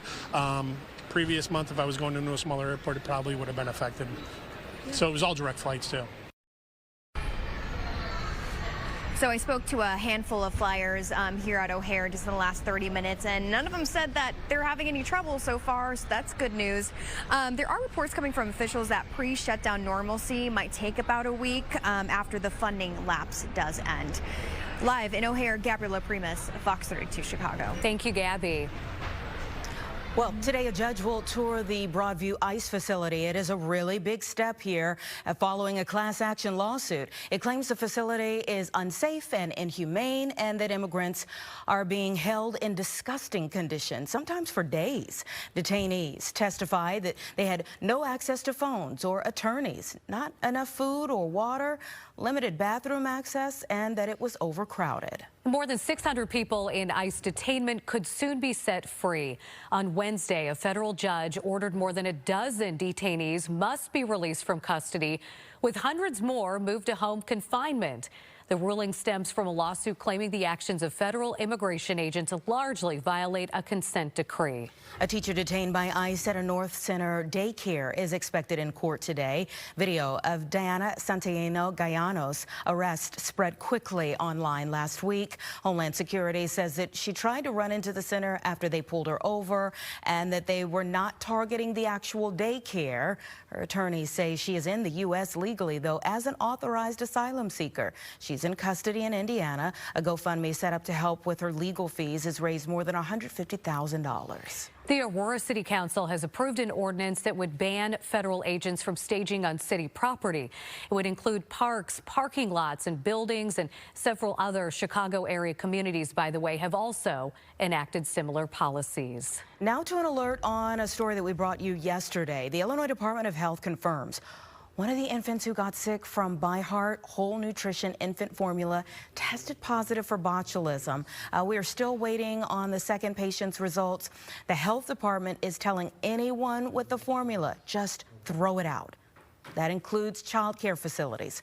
Throw it out. The formula is linked to 15 suspected cases of botulism in 12 states. Now, parts of Illinois got another show overnight. The Northern Lights came back and they were stunning yet again. I mean, so many great colors, Anita, right? And different from, I feel like, what we saw yesterday. We have been loving all of your pictures. These are just a few of them. So, you know, anytime this happens, please send them on in. We'll use them, show them on the air. And Caitlin, isn't that beautiful? It looks like those Trix yogurts, you know? Yeah, with the greens mixed colors and the oranges and the reds. So pretty. You know, the weather is going to be really nice today, too. So I think that we're in that sweet spot right now. Do you know what I mean? Yeah. Like, we had the snow. It was brutally cold. And now we're getting into the 50s and the 60s. Just in time going into the weekend. Yeah. Yeah, it's going to be really nice. Okay, so let's talk about our weather, because first of all, if you've just looked out your window, maybe you haven't stepped foot outside yet, it is stunning. We've got blue sky, plenty of sunshine, just a few thin clouds out there, especially southwest of Chicago. Temperatures, they're not bad. If you're dressed the right way, grab that winter jacket. We're in the 30s, 36 degrees currently at the lakefront, 38 at O'Hare, 37 at Midway. A few of us a little bit cooler in the upper 20s and low 30s as we get a little further to the west, where Aurora, you're at 29, and freezing in Morris, 33 at Woodstock. Temperatures in northwest Indiana right now, most of you are flirting with 40. So again, it's a quiet start. Today is going to be a lovely day. Looking at our futurecast, let's take you through lunchtime hour, 53 degrees at O'Hare as well as Midway, 52 in Joliet and the lakefront. A few thin clouds possible around 3:45, but we're staying dry. Now let's take you into tonight, where it's going to be another cold night as temperatures drop back down into the 30s for many. But then tomorrow is going to be a lovely and very mild day. Look at these temperatures, 4:45 on a Friday afternoon, and we're looking at the upper 50s and low 60s. It's also going to be a dry Friday with plenty of sunshine. We'll take a look at your full 7-day forecast, including our weekend outlook ahead. Thanks, Caitlin. We've got plenty more Good Day Chicago ahead. Pause Chicago is here to talk about their holiday campaign kickoff. And of course, they brought a very special guest. We were like right in the middle of speaking. And is that a bark? Yeah, they're in the hallway right now. They'll be in soon. And we are breaking down the misconceptions about what foods are and are not good for you with a registered dietitian. So you don't want to miss that. And we've got more weather on the way. But first, here is your 7-day forecast. Dad, it's really cold in here. Yeah, I think the furnace is out again. Dad, the toilet's backed up again. Dad, power's out downstairs. Great. Heating, plumbing, electrical all at once. Lucky us. Dad, just call Four Seasons. They can fix everything. Your trusted local experts. Whether it's heating, plumbing, or electric, call your trusted local experts at Four Seasons today. For all the right reasons, call 866-4 Seasons.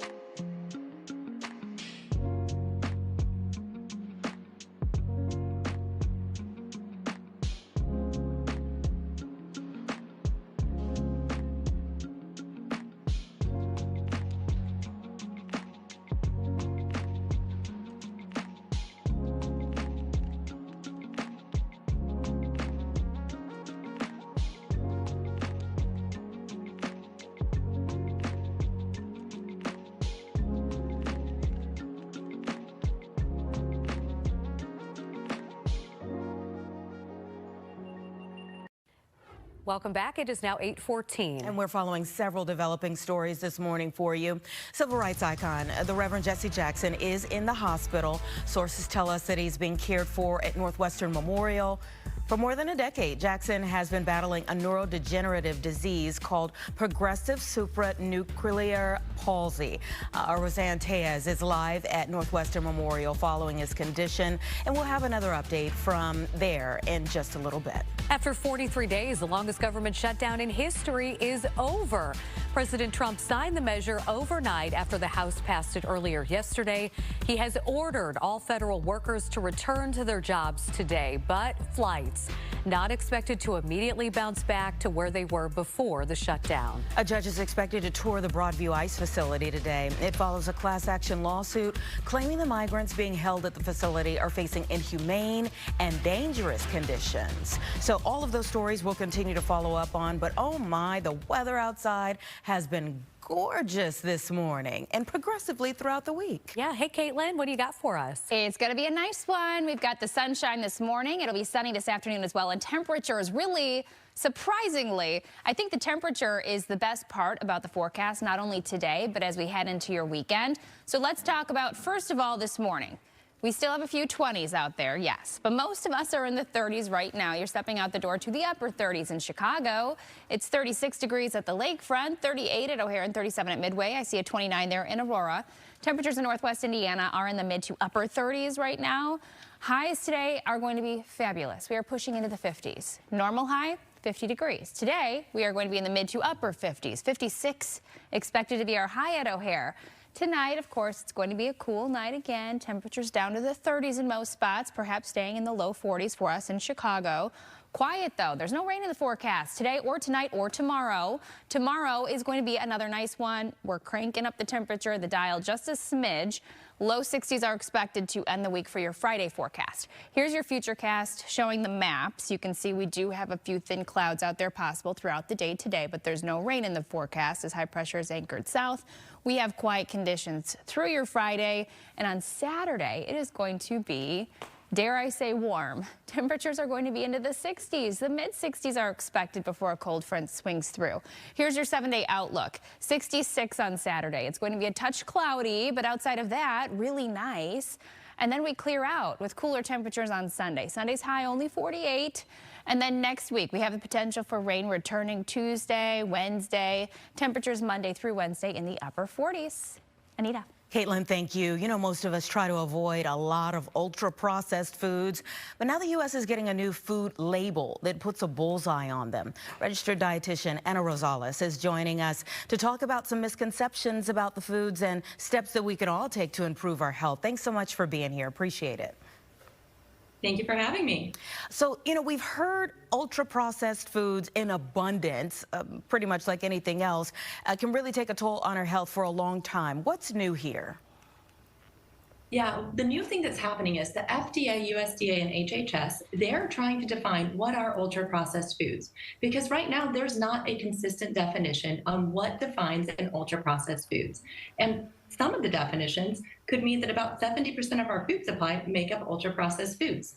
Now, not all ultra-processed foods are the same, and that's the really important thing to know. This broad categorization can include things like whole grain breads, yogurts, and many healthy foods. So we want to make sure that as we're looking at bringing forward a definition, that it's consistent, that it's replicable, and that it reaches beyond just the processing and looks at the nutrition on the actual foods that are being provided. Yeah. So will this swap out some of the labeling that we've seen in the past, or how will we notice a difference? Right now, it's not a label; it is a definition. So right now, we're looking at coming up with a consistent definition, and that's really the first step. Because if we don't have a consistent definition that can even guide potential labeling, or that can even guide research, we don't really know what the connection is between ultra-processed food and some of those associations with negative health consequences. These are associations at this point. So right now, most of the research that talks about ultra-processed foods being negative, it's looking at associations, but we don't know a cause. So we need a common definition so we could do additional research to understand, is there a causation there, and what is that link? That aspect of causation is so critical. Thank you for bringing that up. So let's name a few, foods that would maybe fall into this category of ultra-processed, and some steps that we can take to improve our health when it comes to maybe making a few swaps. Yeah, so that's why it's so tricky when we're talking about foods that are ultra-processed. It could mean foods that have added fiber in them. And I would say, hey, we have a shortfall of fiber as a nutrient across the U.S. So if it's a food with an added fiber, and that added fiber makes it ultra-processed, that doesn't make it unhealthy. So it's not that we need to necessarily look to swap out ultra-processed foods. We need to make sure that we're choosing foods that are healthful, that are limited in the excess amounts of added sugar, excess salt, excess saturated fat, and making sure that we're looking to consume more foods that are high in fiber and in the nutrients that we need. Yeah, and that would be on a regular basis. I see IFT behind you. Tell us a little bit about you all's mission. So IFT is the Institute of Food Technologists. We're an individual member organization of food scientists. Our members are the scientists that research and develop foods and are trying to develop foods that are healthier to help improve the health and nutrition of the world. It is an ongoing mission for sure. Thank you so much for taking time to enlighten us today. As things are changing, maybe some definitions will change, and we'll see where things go from here. Thank you. Appreciate it. It's 8:21 right now. We have plenty more ahead here coming up on Chicago Now after Good Day. We're talking with TMZ about the biggest entertainment headlines. You know, there is always something going on in Hollywood. Plus, best-selling author Adam Wallace is going to join us in studio with his new Thanksgiving children's book, Turkey in Disguise. They've predicted the holiday weather for decades. We look at how the old Farmer's Almanac works and how accurate it is or may not be. Plus, the lights are back on in Chicagoland. We have a sneak peek at the Morton Arboretum's Illumibrew Tree Lights event. It's coming up at 10 o'clock. You don't want to miss it.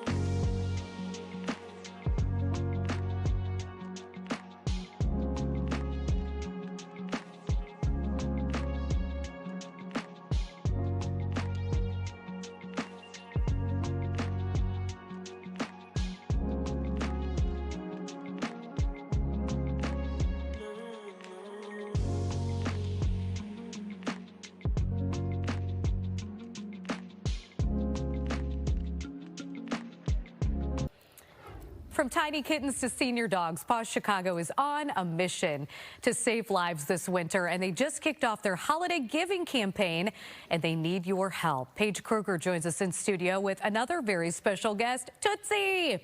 Paige, tell us about Tootsie. So Tootsie is a 3-month-old puppy. He came to Paws Chicago from Chicago Animal Care and Control, and he is about as adorable and rambunctious as puppies get.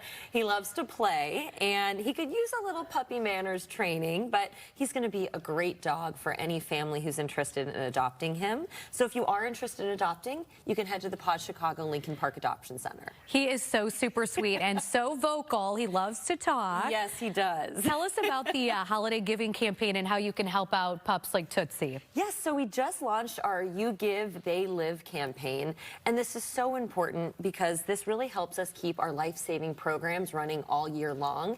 And starting today through November 23rd, we have a dollar-for-dollar match program thanks to a very generous donor. So if you are in a position to donate, it really does help keep our doors open.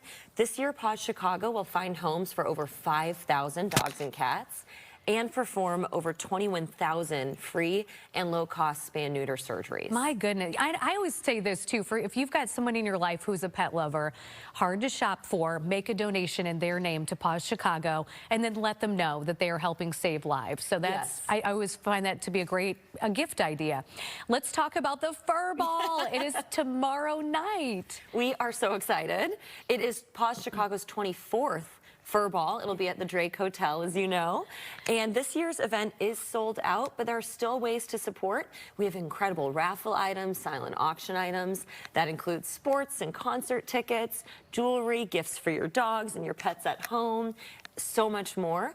All of that is available online. It will be open tomorrow night until 10 p.m. You don't need to be present to win. But this is really an incredible event. I say it's the only event where the dogs are often dressed better than the people. Yes.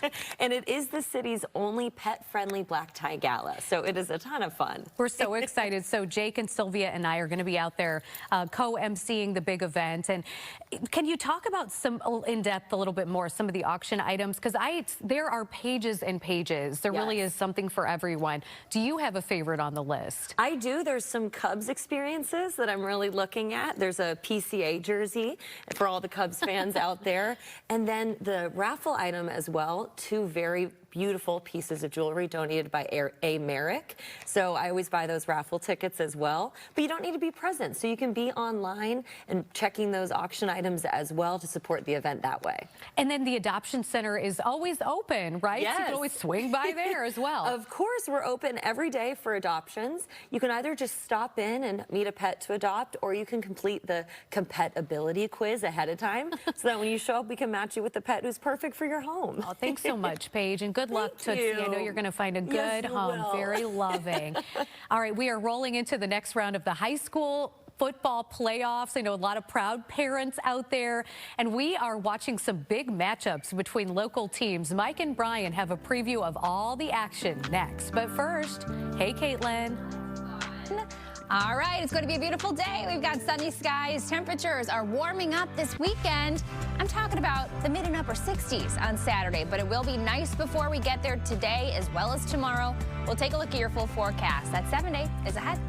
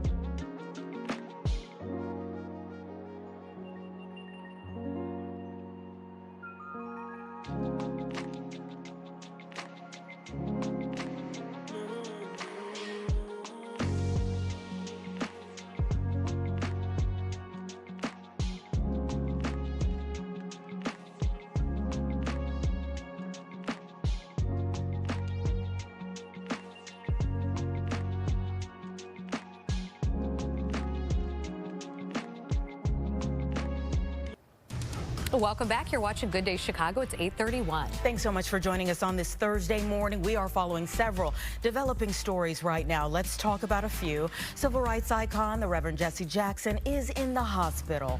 Sources tell us he's being cared for at Northwestern Memorial. We are live with the latest on his condition. After 43 days, the longest government shutdown in history is over. President Trump signed the measure overnight after the House passed it earlier yesterday.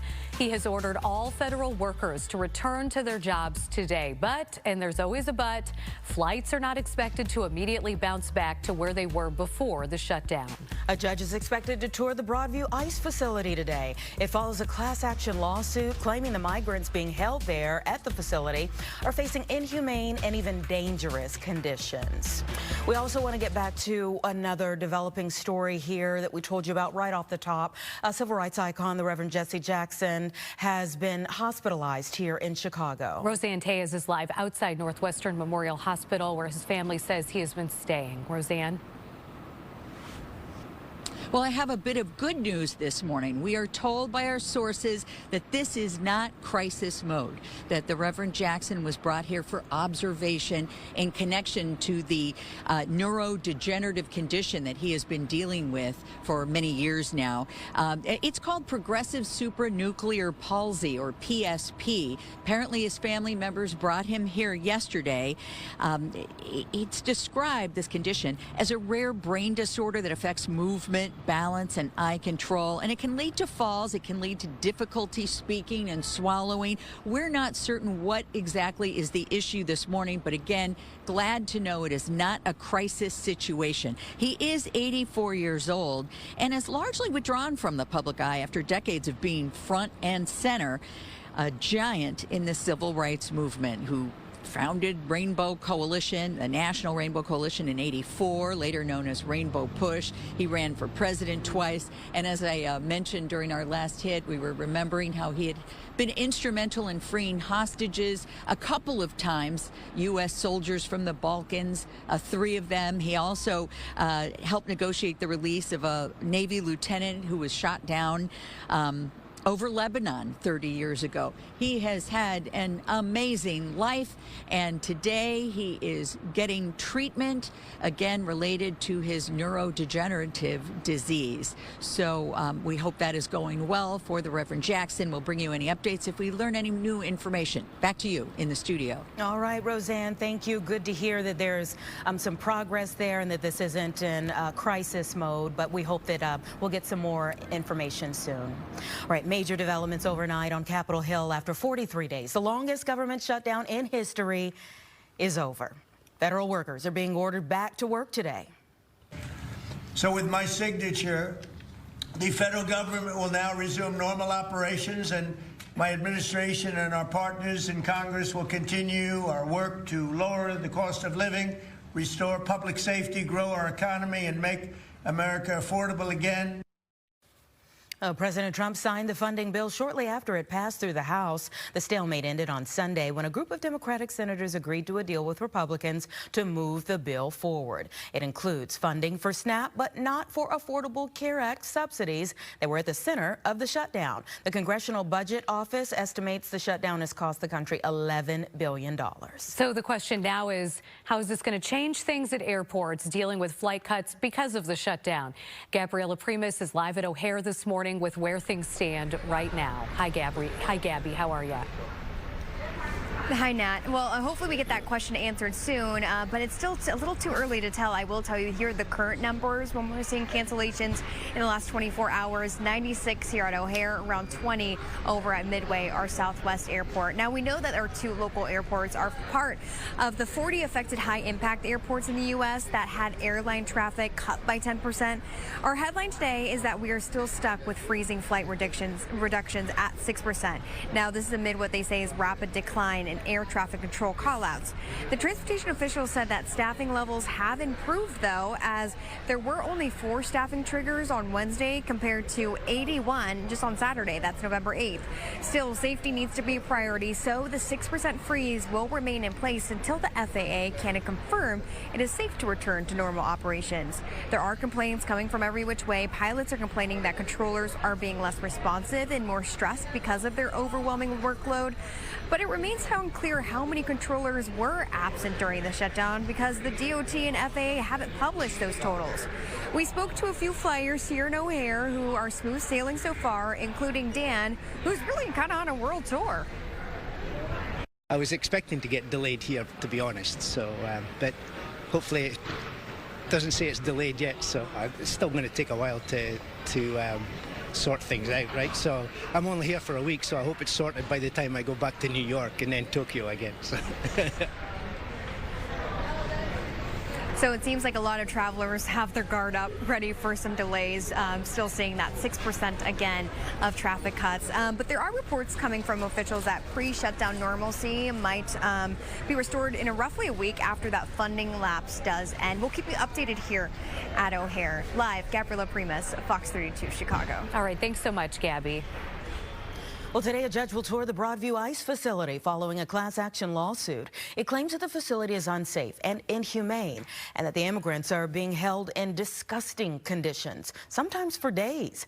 Detainees testify that they had no access to phones or attorneys, not enough food and water, limited bathroom access, and that it was overcrowded. More than 600 people in ICE detainment could soon be set free. On Wednesday, a federal judge ordered more than a dozen detainees must be released from custody, with hundreds more moved to home confinement. The ruling stems from a lawsuit alleging the actions of federal immigration agents largely violate a consent decree. No word yet if the federal government plans to appeal. All right, it's 8:37. Caitlin is here, and she was here, and now she's gone, and hopefully she'll be back. Caitlin, but we're really focused in on these numbers here that we're taking a look at because they are exceptional. That's right. Temperatures are headed up to the 60s over the next couple of days. Today, it's still going to be nice. I do expect the upper 50s right now, though. It is cool. We have a few thin clouds out there, but overall, a quiet forecast. There's no rain expected today, tomorrow, through the weekend even. Temperatures, though, are in the 30s. We're seeing the 20s still in Aurora at 29. That's our cold spot. But the rest of us, not bad. O'Hare's at 38, 39 at the lakefront, as well as in Gary, 38 in Chicago Heights. Today, as mentioned, upper 50s expected, right around 56 degrees as our high, with that breeze coming in out of the west-northwest around 5 to 10 miles per hour. Tonight will be quiet and cool, 40 as our low. Most of us getting down into the 30s with a light breeze coming in out of the south. And then tomorrow, 61 degrees, another sunny day, quiet conditions, temperatures back to the low 60s for tomorrow before we do climb to the upper 60s on Saturday. Saturday is going to feel warm, 66 degrees. Now, we are going to be fighting with cloud cover, so it's not going to be a sunny 66. But we'll take what we can get. A cold front is moving through. It's going to be dropping our temperatures back down to the 40s by Sunday. So prepare yourself. It is going to be a 50-50 weekend. Saturday is mild, Sunday cold, 48. 46 on Monday, and actually next week, Monday through Wednesday, we expect the upper 40s with a chance for rain back Tuesday and Wednesday. Back to you. Okay, thank you, Caitlin. During the season of giving, there's a way that you can help local families just by watching hockey. Yeah, at 9 on Good Day Chicago, we're talking with the Salvation Army and president of the Chicago Wolves about their annual Red Kettle game. So stay with us for more. It's 8:40.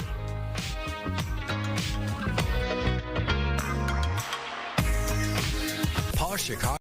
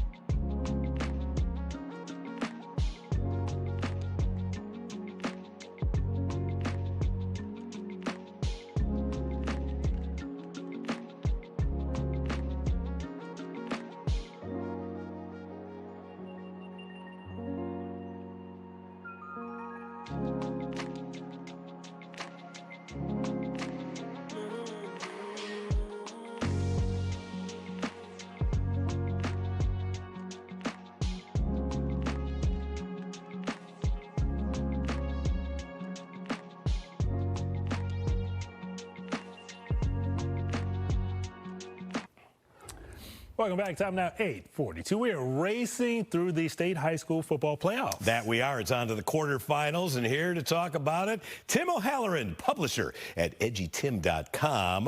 All right, we were talking before we came on here. You know, my Warren Blue Devils lost last week, and it was ugly. We'll get more on with who they lost to in a little bit. But how many matchups do we have on Saturday? Well, again, it's one of those, and we were talking off the air about weather, and this time of year, a lot of the games, you know, people are used to Friday nights. We have one Friday night game in the entire state this week, so everything else is Saturday. So again, you're talking about matchups. We're basically in the final 8 right now in 8 classes, and working our way down to the final 4 after this weekend. And for this weekend, with most of these games being played on Saturday, what is the #1 game that you're going to be watching for this weekend? Guys, it's got to be Lincoln Way East at Mount Carmel. Both have been highly ranked going back to the preseason. 2 tremendous programs, well coached, ton of talent on the field. And that guy throwing the ball right there, Jonas Williams, committed to USC. He's under 30 yards to set the all-time state career yardage passing mark. Already set the touchdown mark earlier this year. He's phenomenal, but going up against a great Mount Carmel team. Tim, what does USC know about quarterbacks, though? I mean, he's going there. We have any history with USC QBs? Yeah, they've done a thing or two in their life. It's interesting. There's 2 USC commits going against each other. Braden Jones, a defensive end from Mount Carmel, also committed. That's what happens when you let these West Coast teams into the Big Ten. They think they can recruit here. Well, do you like the Griffins or do you like the Caravan in this one? Well, I've got to go with the Caravan. They've been my #1 ranked team all season. And, well, I mean, if I can't go by my rankings, what am I doing here? So I'm going to go with the Caravan. It's a shame that one of those teams is not going to make it on to the finals eventually. What are some of the other games that we should be keeping our eye on this weekend? Yeah, you know, there's some good ones. One that steps out, and unfortunately, Mike, we got to talk about Bolingbrook. Go ahead. They're playing Fremd, right? They're a great story. Tikas Pettigrew, their head coach, back-to-back 3 and 6 seasons. So not a lot of high expectations on them, but again, obviously, you beat a team at Warren and Gurnee. You're a very strong team, and they are hosting Fremd, led by Johnny O'Brien. I call him Johnny Touchdown, who's committed to Northwestern and is a Player of the Year candidate. And that's a really good game and one that I think to keep an eye on, no question. And for schools that are making it to this point of the playoffs, do you think it's more about doing what they do well or adjusting to their specific opponent this time of year? Well, it's interesting. You asked me this a week ago with the weather. I would have said, well, you might want to make sure you pack the running game when you have days like that. But if the weather holds out, you know, you've got to go with what got you there. I mean, it's what you do best, and you know, sometimes coaches and programs can get a little cute and try to do a little bit too much. And I'm from the school of, hey, this is what has gotten you here. This is what you need to do to continue to win, to move on. It didn't work out for my team in Gurnee last weekend, but what kind of edge does a home team get in this situation, Tim? Yeah, it's a great question, because other states, when we get to this point in the playoffs, a lot of other states do neutral sites. And, you know, you ask the coaches here in the state of Illinois, they will tell you they want that home field because, guys, honestly, they've earned it. The way our playoff system is, you know, you have to earn those home games. And, you know, again, I think that when it's all said and done, there's definitely an advantage. How big of an advantage, it's always been debatable, but I definitely think you'd rather play at home than on the road. Yeah, definitely hard to go on the road and win this time of year for sure. Oh, yeah. All right, Tim, thanks so much for your time for this high school football playoff preview. Thanks again. Thanks, guys. Appreciate it. All right, let's toss it back over to Anita and Natalie. And where did you say you all's teams are in there? My team made it to the playoffs and lost to Bolingbrook. My team did not. Our teams are golfing now. It's basketball season. It's basketball season now. We're moving on to basketball season. You're right in basketball season, yeah. Thanks, guys. All right. Love to talk about what's going on in high school sports. It's just always the best. It really is. And, you know, because, I mean, weren't those the fondest memories my that goodness, we had? high school, college, just amazing all stuff. Of it. Yeah. And if we've got any games, maybe Friday night, going to be some great weather, Caitlin. Did you two play sports? I know you did. I did. What was your #1 sport? I ran track. Okay. Yeah. What about you, Nat? I did not. Really? You didn't play any Which should sports? surprise no one. Oh, it surprises me. Oh, Did you? Fun. Yeah, but I was never like a varsity. I was a JV soccer, tennis. Okay. I did get to Wow. varsity cheerleading, you guys. Okay, all right. I did At not this make the point, that cheerleading is team very either, athletic. so- Yeah. It was scary. It was scary. All right, let's talk about this forecast, shall we? Nobody wanted me. Living in the glory days. Natalie, you could be on my team any day. Temperatures this morning, they are okay. What I mean by that is we're in the 20s and 30s. Most of us are in the 30s. Some of us are in the 40s. I do see a 40 there at LaSalle, 41 in Chicago Heights, but a little bit cool out there, still in Aurora. That's always our cold spot. 29 degrees outside for you right now. But the rest of us, as mentioned, seeing a good mix of the upper 30s, 39 at the lakefront, 38 at O'Hare, 37 in Waukegan. So the temperatures are okay now. Great this afternoon. We're back to the mid and upper 50s today. And actually, the temperatures are warming up over the next couple of days still. So here's your next 48 hours. First of all, it's going to be a beautiful sunny day. Tonight, quiet conditions, temperatures dropping down into the 40s, some of us dropping into the 30s. And then tomorrow is going to be a mild day back to the low 60s. This weekend, Saturday, I'm going to say it's warm because we expect to be in the mid to upper 60s. 7-day forecast does show 66 degrees on Saturday. Then we have a cold front moving through. Sunday's high only 48 with sunshine. Next week, we have a long stretch of 40s ahead. 46 Monday with a chance for rain back on Tuesday and Wednesday. So we have this steady climb over the next couple of days. As mentioned, this weekend, you really have to pay attention because Saturday is so mild, but then that cold front knocks us back down to the 40s on Sunday. And then next week, we're pushing below normal. We should be in the low 50s this time of year. I do expect the upper 40s Monday through Wednesday with, again, that chance for rain returning on Tuesday and Wednesday. Anita. Okay, thank you, ma'am. It's just about 8:50. A delivery tax could be coming to Chicago. Alderman Gilbert Villegas wants to make it happen. He says it'll help close the city's budget gap and keep a corporate head tax off the table. You would end up paying $1.25 extra for every package delivered by ground. He says that it could bring in $275 million a year, and maybe, just maybe, it'll get more people shopping local. The plan goes before a committee tomorrow. Chicago Mayor Brandon Johnson is making it clear that his mission is to protect the city. While attending the Protect Chicago rally on the South Side at Quinn Chapel AME on Wednesday, Johnson highlighted his 2026 budget and the new taxes on what he considers ultra-wealthy corporations. All of you who are committed to this core message of protecting Chicago and protecting working people, that's what ultimately this budget is about. There's been a lot of pushback to Johnson's corporate head tax. Critics argue it could hurt new and existing businesses.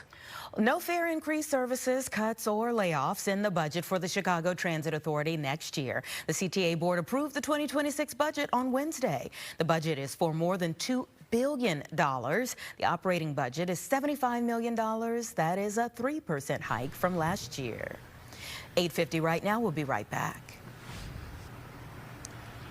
Hey guys, coming up, if you're looking to get into the holiday spirit, we are out here at Wrigleyville and we have the perfect spot for you. It's a pop-up bar modeled after one of the best Christmas movies ever. And yeah, let me tell you something. If this place doesn't get you into holiday spirit, nothing will. You're going to want to see it. Actually, you know what? We're going to wait. We'll show you more coming up.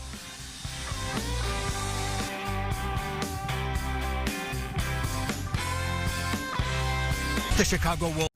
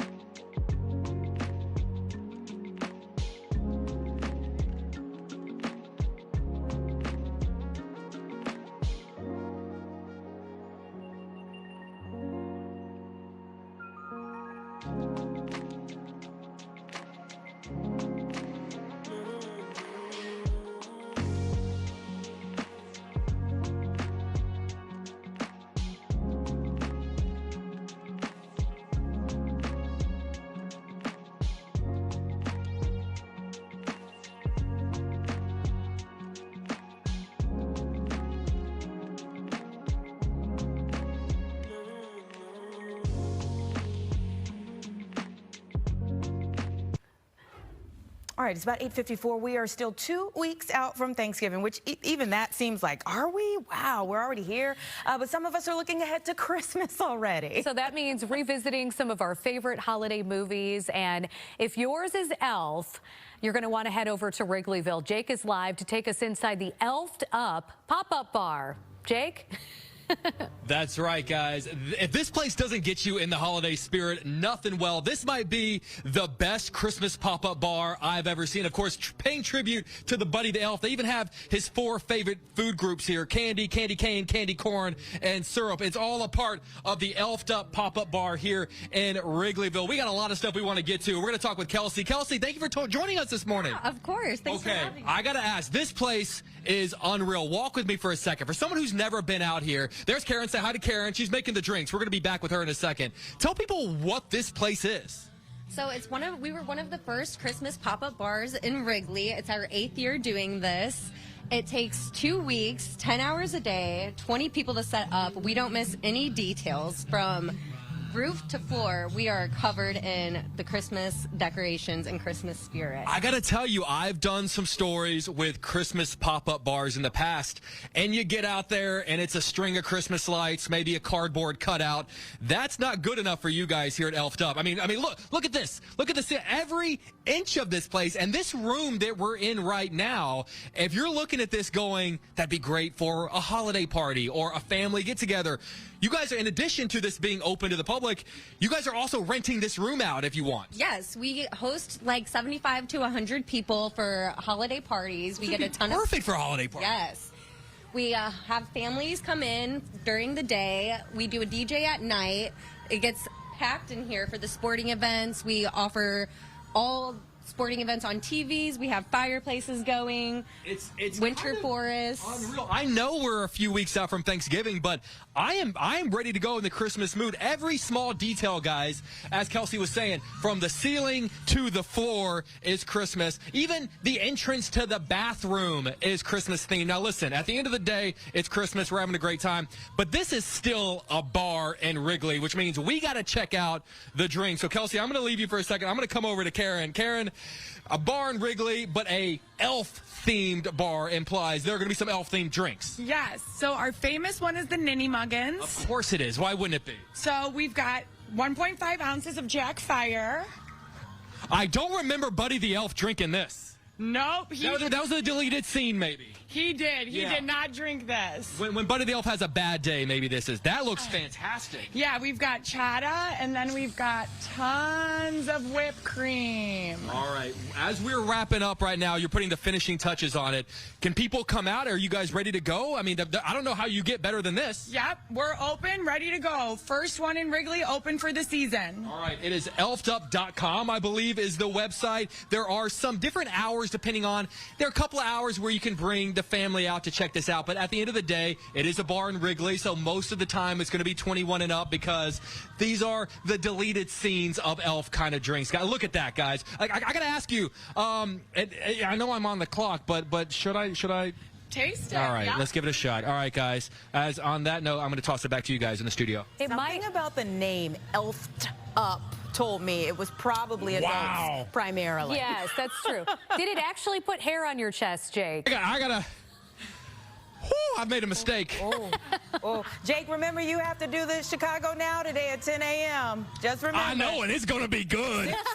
Sip slow, buddy. All right. Thanks, Jake. I'll be right back.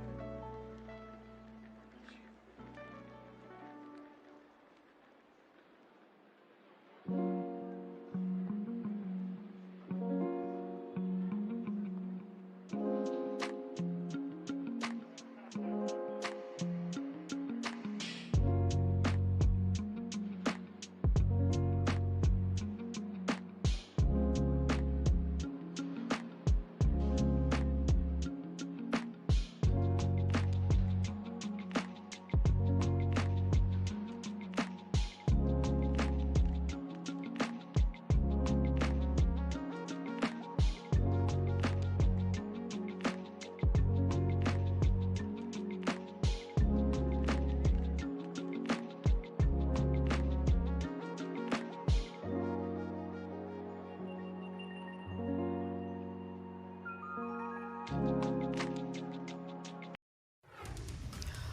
right, welcome to Good Day Chicago in our 9 o'clock hour, everyone. Plenty ahead for you. So here's a look at some of the things that we have coming up.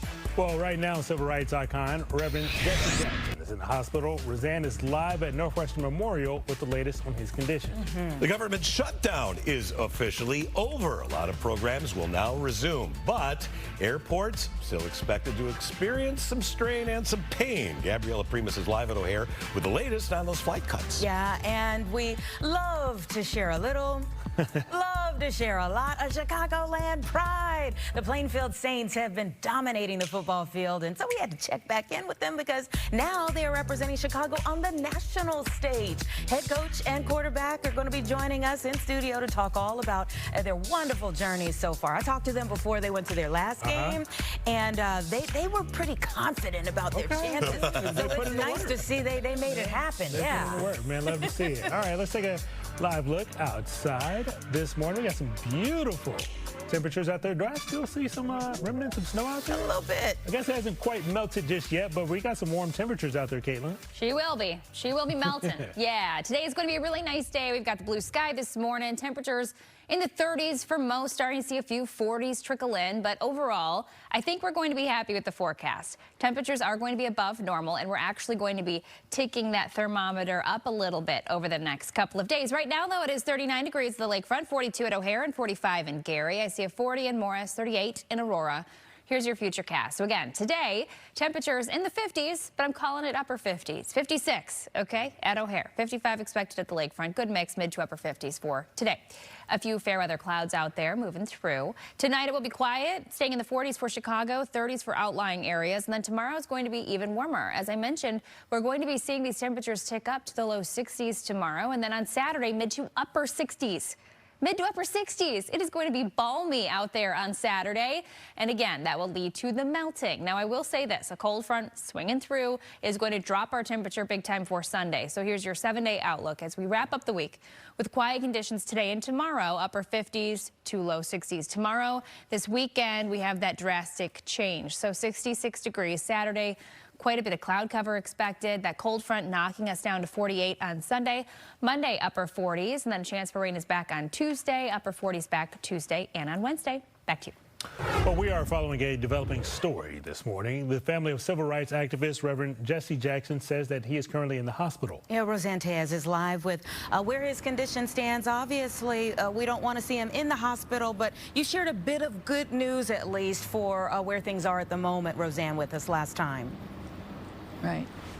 Well, initially, you know, the Reverend Jackson has been in declining health for several years due to his neurodegenerative condition. He's 84 years old, and there was great concern when we heard he was rushed here last night to Northwestern Memorial Hospital. The good news, as you mentioned, Anita, we're told this is not a crisis situation. He is here for observation, and again, that is related to his progressive supranuclear palsy, which was diagnosed just last April. It had been mistaken for Parkinson's early on, which is a fairly common misdiagnosis because of the symptoms, which are similar. It's a rare brain disorder, this PSP, which affects movement, balance, and eye control and can lead to falls, difficulty speaking, and difficulty swallowing. The condition has largely sidelined Reverend Jackson from the public eye after decades of being front and center as, of course, a giant in the civil rights movement. He's also the father of U.S. Representative Jonathan Jackson and former U.S. Representative Jesse Jackson Jr., who just announced on his father's 84th birthday that he is running to reclaim his old seat. But once again, I'm sure top of mind for all the Jackson family this morning is the health of the Reverend Jesse Jackson, who again is being treated, being observed here at Northwestern Memorial Hospital, but it is not a crisis situation. So that's the positive report from Northwestern this morning. Back to you in the studio. Roseanne, we'll be waiting with bated breath for even more good news. Thank you. An inspection will happen today at the Broadview ICE facility where so much attention has been paid over the last couple of months. And this is following a class action lawsuit. Yeah, there have been several claims of some disgusting conditions where immigrants are being held, sometimes for days at a time.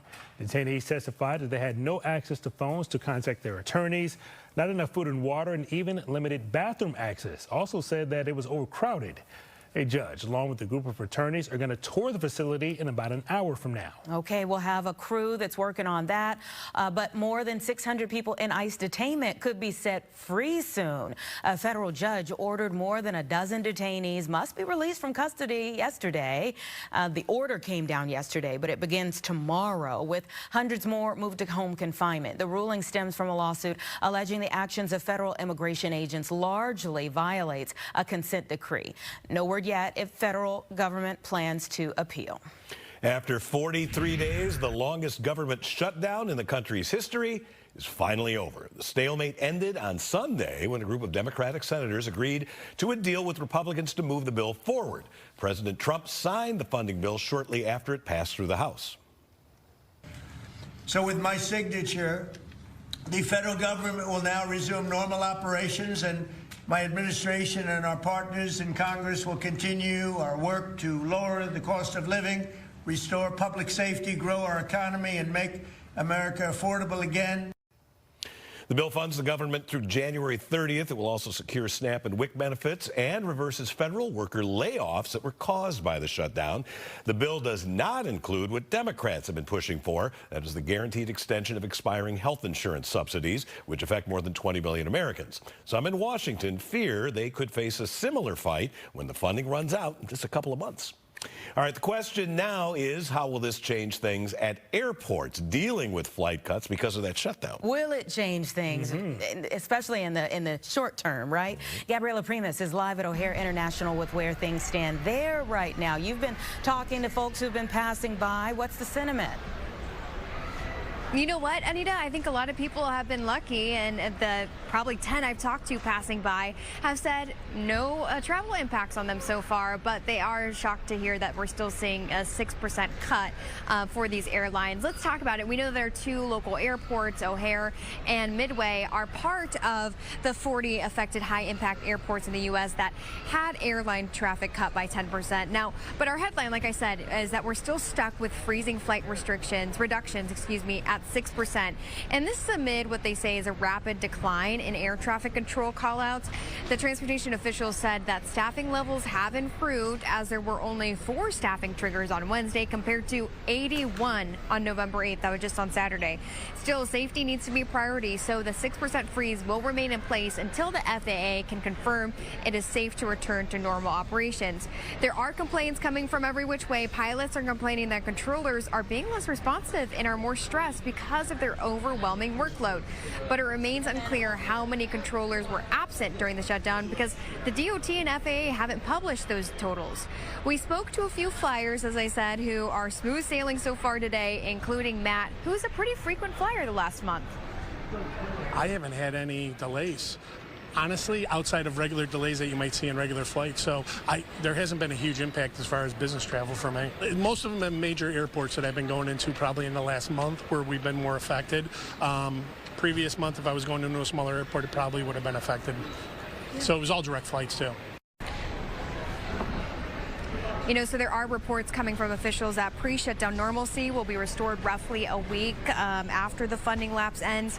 Our current numbers right now are holding steady the last couple hours. At O'Hare, there's been 96 cancellations within the last 24 hours and around 20 over at Midway. Again, we haven't seen that number fluctuate all that much. And luckily, all the people here in Terminal 1 say things are smooth sailing. Live in O'Hare, Gabriela Primus, Fox 32 Chicago. It definitely looks busy out there, Gabriela. Thanks so much for your time. My son's flying in from San Diego tomorrow, so hopefully no delays for him. All right, did you hear about this one? Yes. Shocking news in Chicago's restaurant scene. World-renowned Alinea restaurant has been downgraded to only 2 Michelin stars. I mean, hey, 2 is more than a lot of restaurants will ever get. Alinea was the city's first and longest running 3-star restaurant, though, gaining that status in 2010. Michelin has not said specifically why Alinea lost its 3rd star, but the move leaves Smith in the West Loop as the sole 3-star spot in Chicago, if you were just dying to get to a 3-star. Right. Well, you would have needed a lot of pennies to eat there, too, right? Oh, that's like a professional segue there, right? Penny has been officially discontinued. The U.S. Mint in Philadelphia pressed the final 1-cent coin on Wednesday. Penny had been in production for more than 200 years. President Trump called for an end to its production nearly a year ago. He said the country has been wasting money creating pennies, which cost nearly 4 cents to make each penny. The U.S. Treasury says that the move will save American taxpayers $56 million. Now, there are still about 300 million pennies in circulation, and they may still be accepted as a form of payment, so you don't have to throw them away or anything like that. Last pennies ever pressed, however, will end up being auctioned off.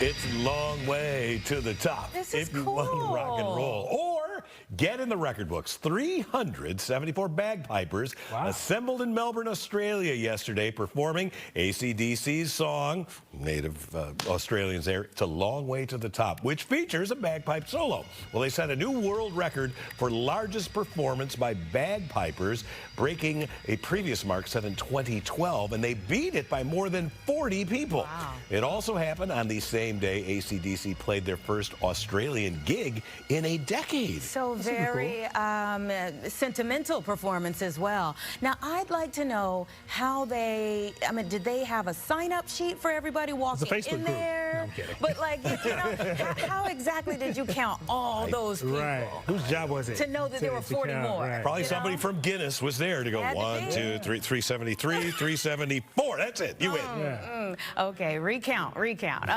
Very special pair of kicks are about to drop. We've been looking at them in the studio like, I'm going to take them home. Well, yeah. Size quiet. We're talking to the owners of Success Sneaker Boutique about the release of the Jordan Retro 1 Low OGs. That's next.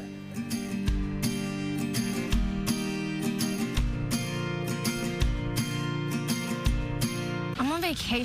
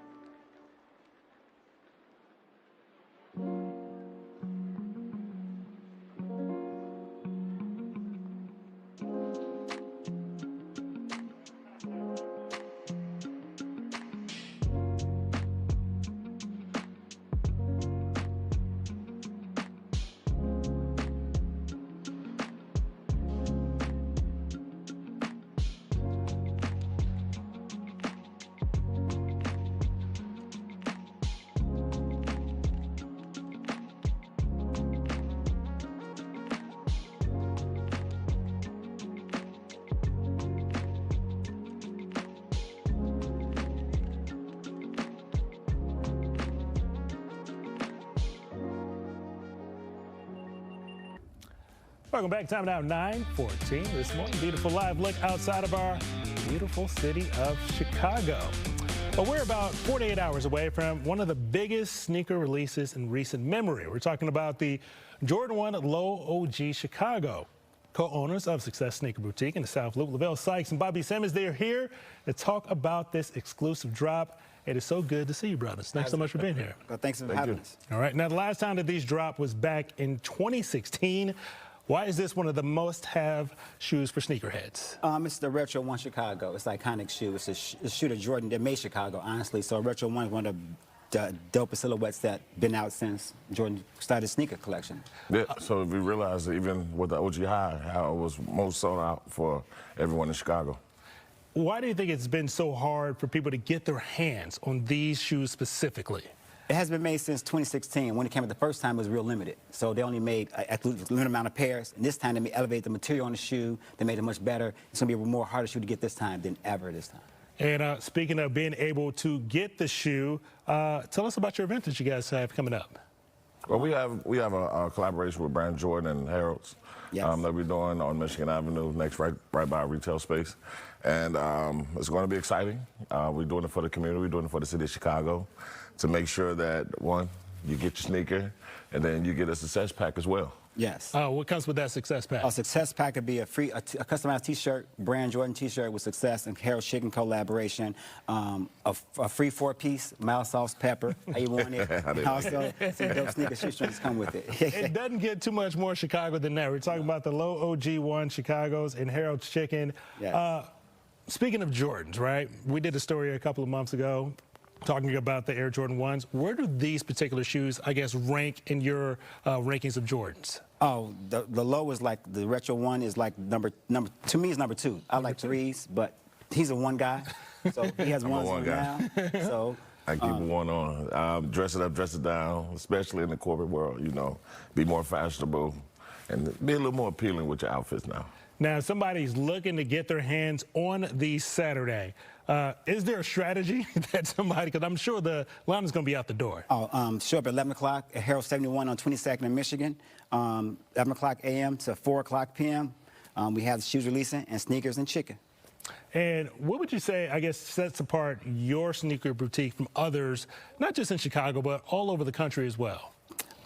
I think it is, we're just more like a family. Like, we're a lifestyle brand. We know we're from Chicago, made in Chicago. We never left Chicago to make it. And me and Bobby, been in his NBA career, we never left Chicago. So we always stay true to our roots. And that makes us different than any other brand, any other store, any city, because we are from this space and we love our city. And also adding the customer service space as well. Yes. That's more important, than being more personable with the customers, get to know them, their families, and things like that. And it's a long, sought-out relationship.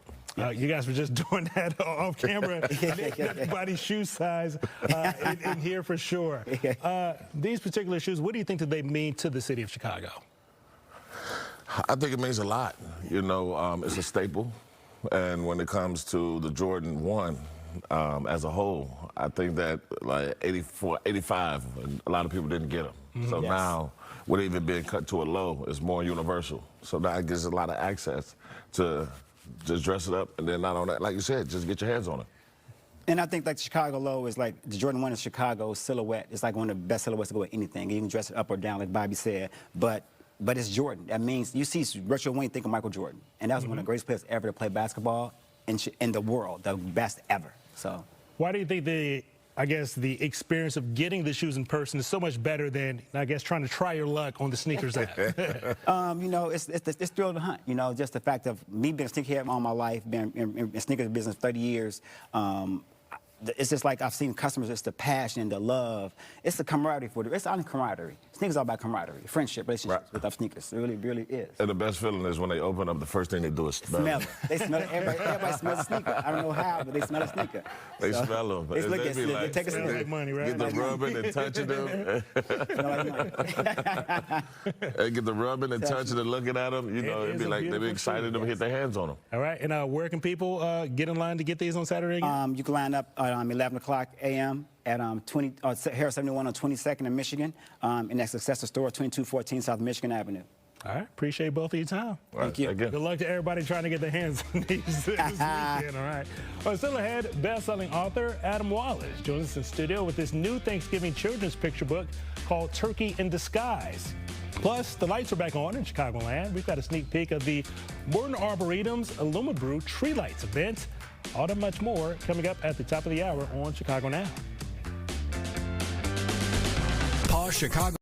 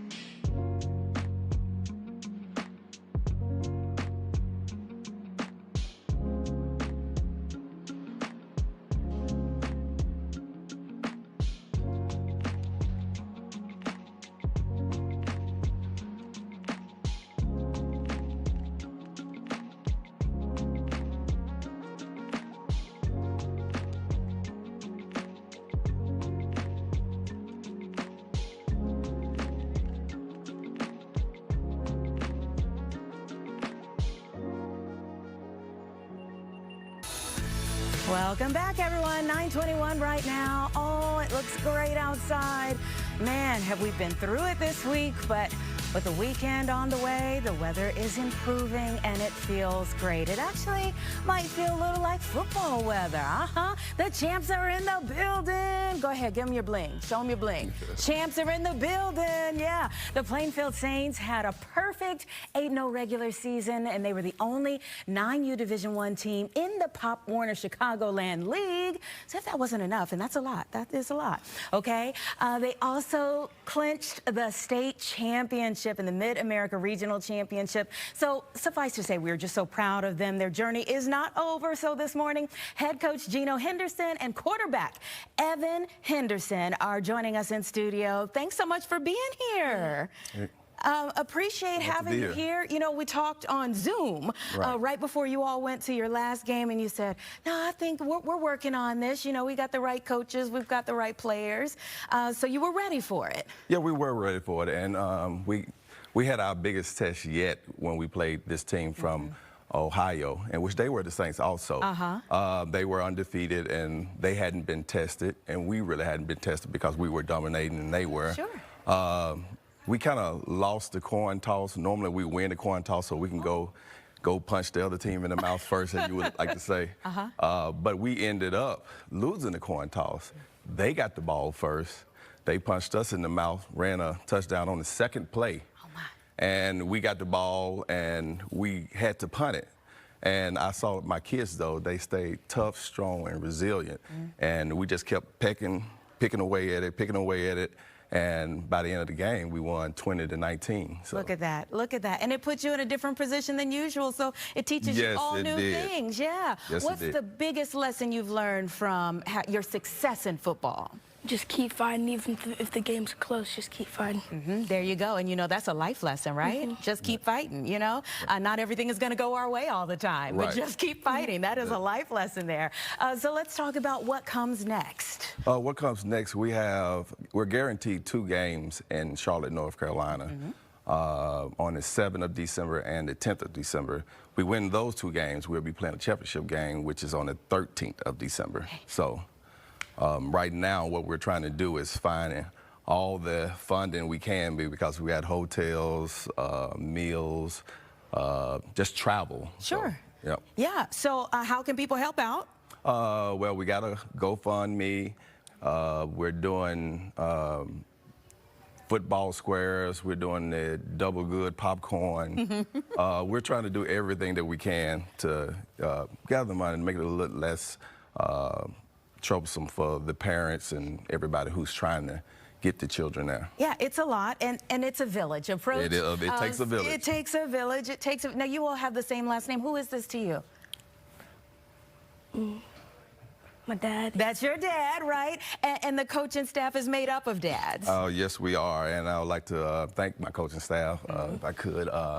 Cordell Brown, Will Scott, Alonzo Mourning, and Jerry Brooks are some of my are the coaches, and they give me the best support that I can get. You know, out there with them on the field, trying to make decisions, setting up plays, and then even when I don't see it, they can say, "Hey, coach, you didn't wore this little corner. You didn't rock them to sleep on this side of the field. You might have to go for that pass play over there." So. Now, there were a whole lot of names I didn't recognize. There was one that stood out. Now, was that the Alonzo Mourning? No, I said Alonzo Morgan. Okay, Morgan. Okay, I was like, wait, there's a whole new story in this. Okay. That'd be a whole new story. Yes, it would. Okay. So tell me about your teammates. What do you love about your team? Just we have a tough team. They're very tough. They like to fight back, even in tough games. Yeah. And what does it mean to you to be a champion? Great. Feels good. Yeah. It's got to feel good. When you go back in school, your shoulders are up just a little bit more. Yeah. What do you think imparting lessons, like, again, on the field to these young men, it's about more than just the game? It is. I feel like we're trying to raise the people that we can't do without. And we're trying to mature them faster. That's what helps them get ahead in life. And, you know, like I say to him all the time, son, keep your head down, work, And like this moment, this is your moment, son. The fussing, the seeing if you'll get it correct. And this is with all the parents, the coaches, seeing if the children get it correct, and they say, hey, if you do something, I can coach you, but if you don't do anything, I can't. And this is a lesson. This is his moment. This is the team's moment to do, what we're planning on doing to make a successful year out of this whole thing. Now, I understand everything your dad said, but act like he's not there. Is it hard being coached by your dad? Not really, because we can talk at home, too. I love it. Perfect way to end the segment. That's really what it's all about. Thank you so much for being here. Best of luck. And again, everyone, let's take that village approach and help get them on to Florida. 9:27 right now as we take a look at the trophy here. We know they will have many more to come. Best of luck. All right. Thank you.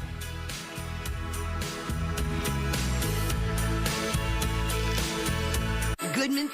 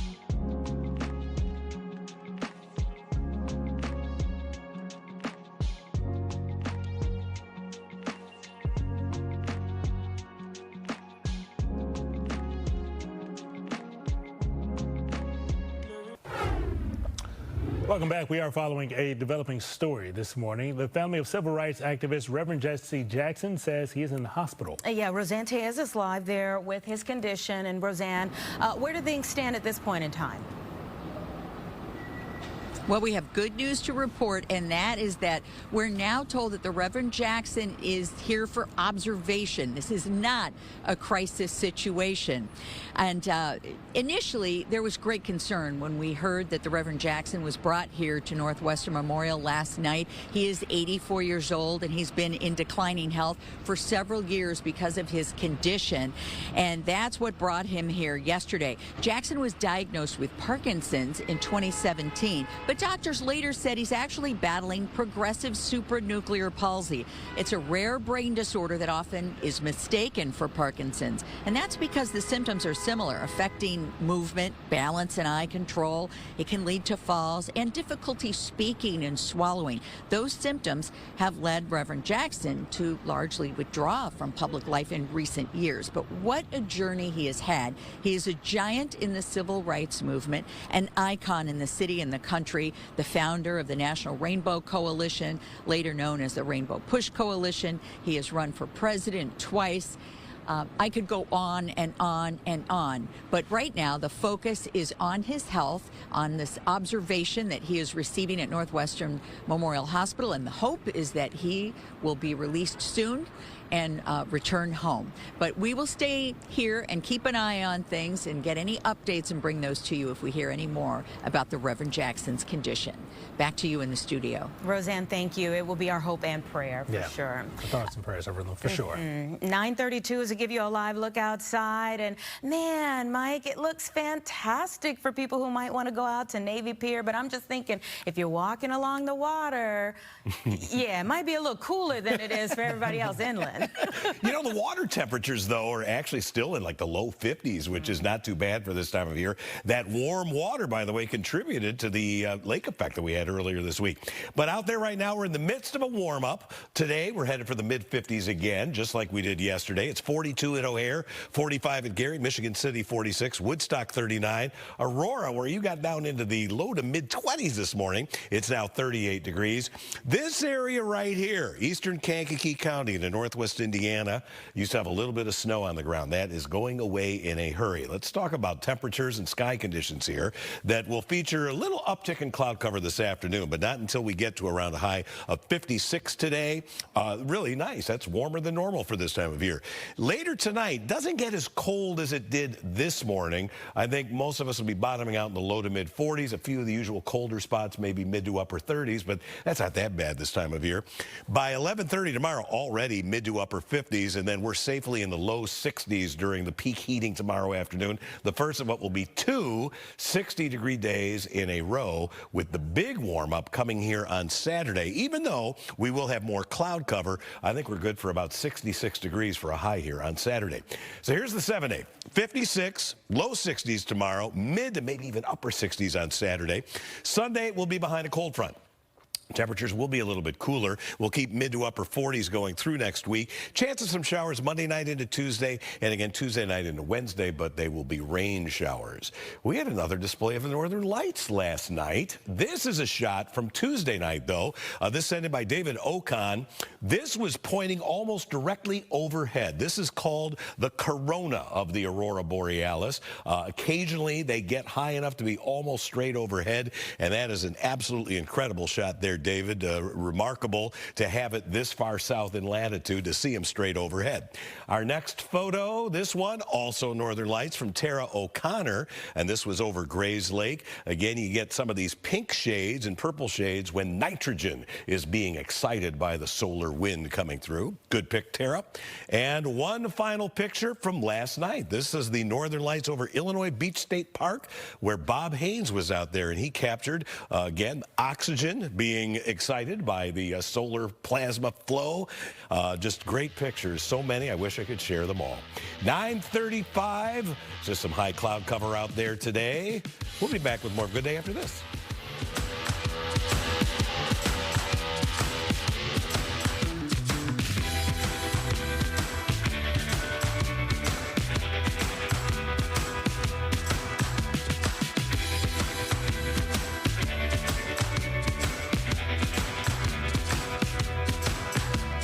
Affordable.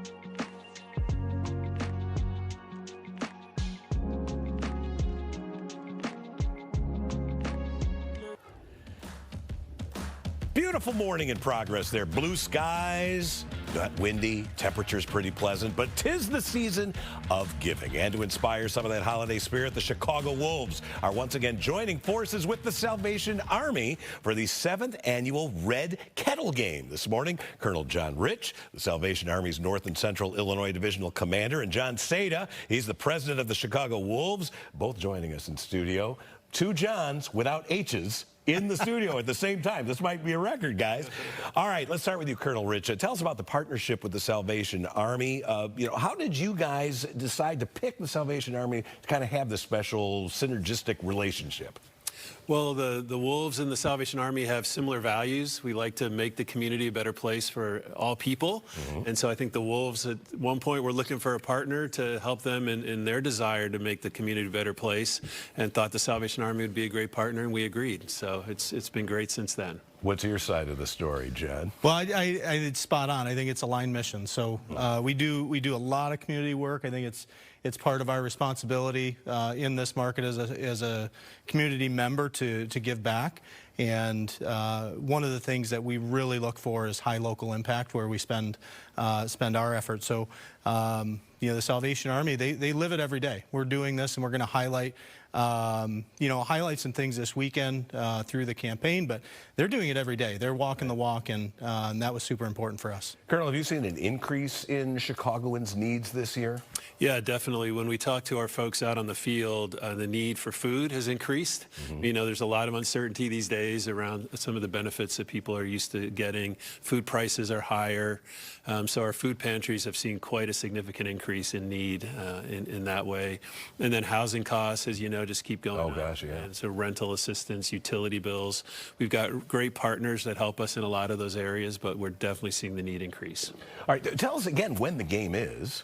Sunday, 3 o'clock. Sunday at 3 o'clock. What are some of the Red Kettle-related festivities that fans are going to be able to enjoy when they go to the game?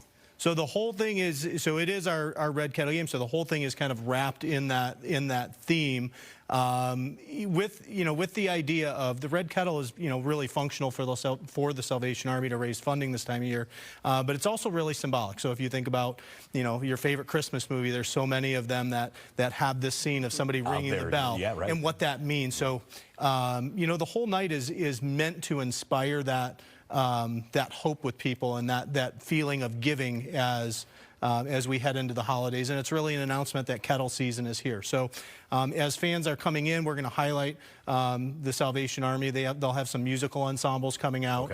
As fans are coming in, we'll have some of our players' significant others ringing kettles on the concourse, so people have the opportunity to donate on site. Additionally, we're going to do a kettle toss, so people can actually buy these foam pucks around the concourse. I think that's what we were showing some video of that for last year, and in the kettle toss, we actually encourage, for the rarity of encouraging somebody to throw something onto the ice. We'll run it at the second intermission, and fans will be trying to get the foam pucks into the kettle. All that money will go back to the Salvation Army. Maybe they'll throw some hats out there too, in case one of your players. If we get three, if somebody gets three, maybe. That'd be great too. Colonel Rich, you've got another fundraiser coming up to help veterans for Thanksgiving. Tell us about that one and how you're looking for more support here on this one. Yeah, actually, we have the support from Jewel Osco and the Chicago Bears to provide full Thanksgiving meals for 600 veteran families. Wow. And so really what we need are veteran families to sign up. And, we've got enough for 600, about 400 have signed up so far. I think this is the address to sign up for that, right? Yeah, we would love veterans and their families to sign up for that help. And again, it's just a great partnership with the Chicago Bears. There's some Chicago Bear gear that comes along with that, as well as great food from Jewel Osco.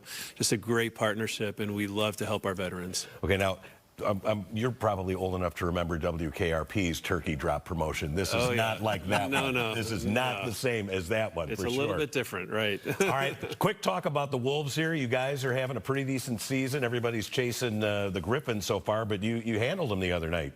We did. They came in. They were the last unbeaten team in the league at an 8-0, and we took one from them on Sunday in a shootout. So super exciting game. The season has been good so far. We have some really strong young stars. Bradley Nadeau is really leading our offense. Okay. He just came back from the NHL. He did a quick stint up there. We have kind of our leader on defense, a guy named Dom Fensori, who's been playing exceptional. And we just signed. Over the weekend, we signed a goalie from the Maple Leafs who started his first game yesterday from us, and we took a point out of that game. So it's been a good start so far. All right. Well, hopefully you guys are going to have a win here this weekend. It's definitely going to be a win teaming up with the Salvation Army. You guys have got a great relationship there, and we wish you plenty of success there on Sunday and, of course, with your turkey drop event, too. Thank you both, Johns, for coming in today, and support them any way that you can. And when you see the red kettles, that's right, absolutely. Donate for those bell ringers. We're going to take a quick break and be right back with more of Good Day after this.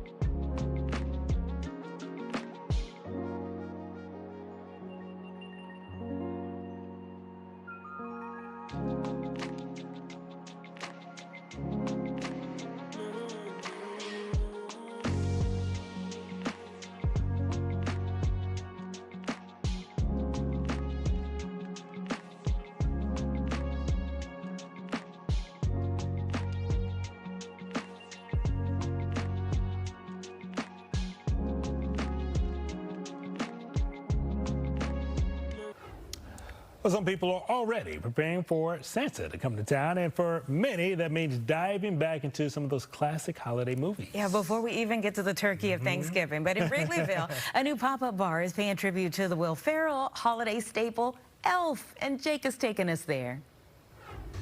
That's right, guys. I know we're a few weeks away from Thanksgiving, but let me tell you, if this place doesn't get you in the Christmas spirit, nothing can. And it's all because of our favorite elf, Buddy the Elf. You know Will Ferrell. You know his 4 favorite food groups. You got candy, candy cane, candy corn, and, of course, syrup. That's the sort of detail, the sort of excitement, the sort of Christmas spirit you're going to find out here at Elfed Up Pop Bar. We have Kelsey who's going to tell us about it. Kelsey, I am in love with this place from ceiling to the floor. Every square inch is Christmas spirit. This place looks amazing. Yes, we don't miss a beat. It takes about 2 weeks, 10 hours a day, 20 people to decorate. It's our 8th year doing it, so we've got it down to a T. We have a fireplace going, creating a cozy vibe, the forest in the background. We can host about 75 to 100 people for work parties. Oh, so that's what I love. So this room that we're in right now, it's kind of nice. It's a little secluded. And on a normal night, I'm sure you can just pack in more people. But if you're looking at this space going, I'm looking for a holiday party, or, I kind of want to get some people from school, from college together, or maybe, this is the perfect place to do it. You guys are renting this room. Yes, we are. And we're actually a Michigan State bar as well. So we get a ton of Michigan State people in for that. I know that we've got Buddy the Elf over here. And so, in some form or fashion, Buddy the Elf is always going to be at the bar. But correct me if I'm wrong, if you're lucky, a real-life Buddy the Elf might be here, if you happen to be here on the right night. If you happen to be here on the right night, he does come in and he'll start a snowball fight with you. He'll make lots of jokes with you, and he's a great time. Now, look at this. Come on. I've had a look at some of the drinks that you guys have been doing.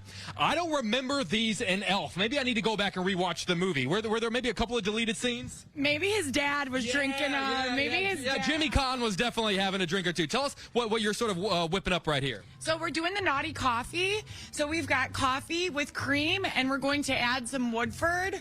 So we'll add 1 shot of Woodford, and then we're going to add some whipped cream. Come on. Now listen, I was talking about the Christmas spirit that is all from top to bottom in this place. This is a different type of Christmas spirit, you could say. Yes, it gets you in the mood. If any Grinches come through here, this is what you're going to need to make you to go from Grinch to Buddy the Elf. Like, if that doesn't do it, I don't know, between the whiskey and the sugar, you're going to be feeling good walking out of here. Yeah, for sure. All right, elfedup.com is going to tell you everything you need to know about this place. Are you guys open and ready for business now? Open and ready for business. We opened last Saturday. So what you're saying is, who needs Thanksgiving?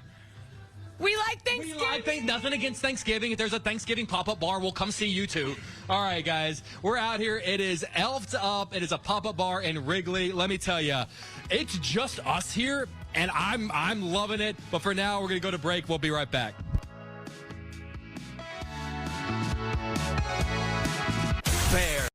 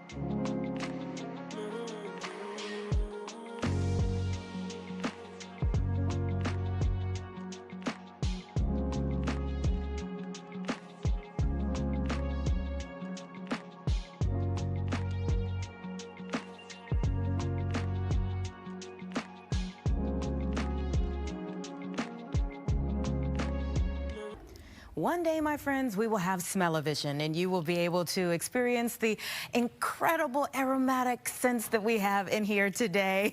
Like we are. It's amazing. There's more than one way to come together and celebrate being thankful with your friends or family. And this morning, we are talking to someone who knows a thing or two about spicing up a dinner party. Chef Yogesh Hastoria is showing us how Roop can bring in a tandoori Thanksgiving to your home. Thanks so much for being here. Thank you so much for having me here. Thank you. Oh my goodness, really, I'm thanking you because this is amazing and it's beautiful. It is. So you were telling me in the break about how we get something like this in terms of the spices, but also something else important that you added to make it shine. Yeah, so that's our tandoori turkey, and then we have tandoori chicken. So let me start explaining with the tandoori turkey. So this year we have brought big Indian flavor to our traditional Thanksgiving holiday.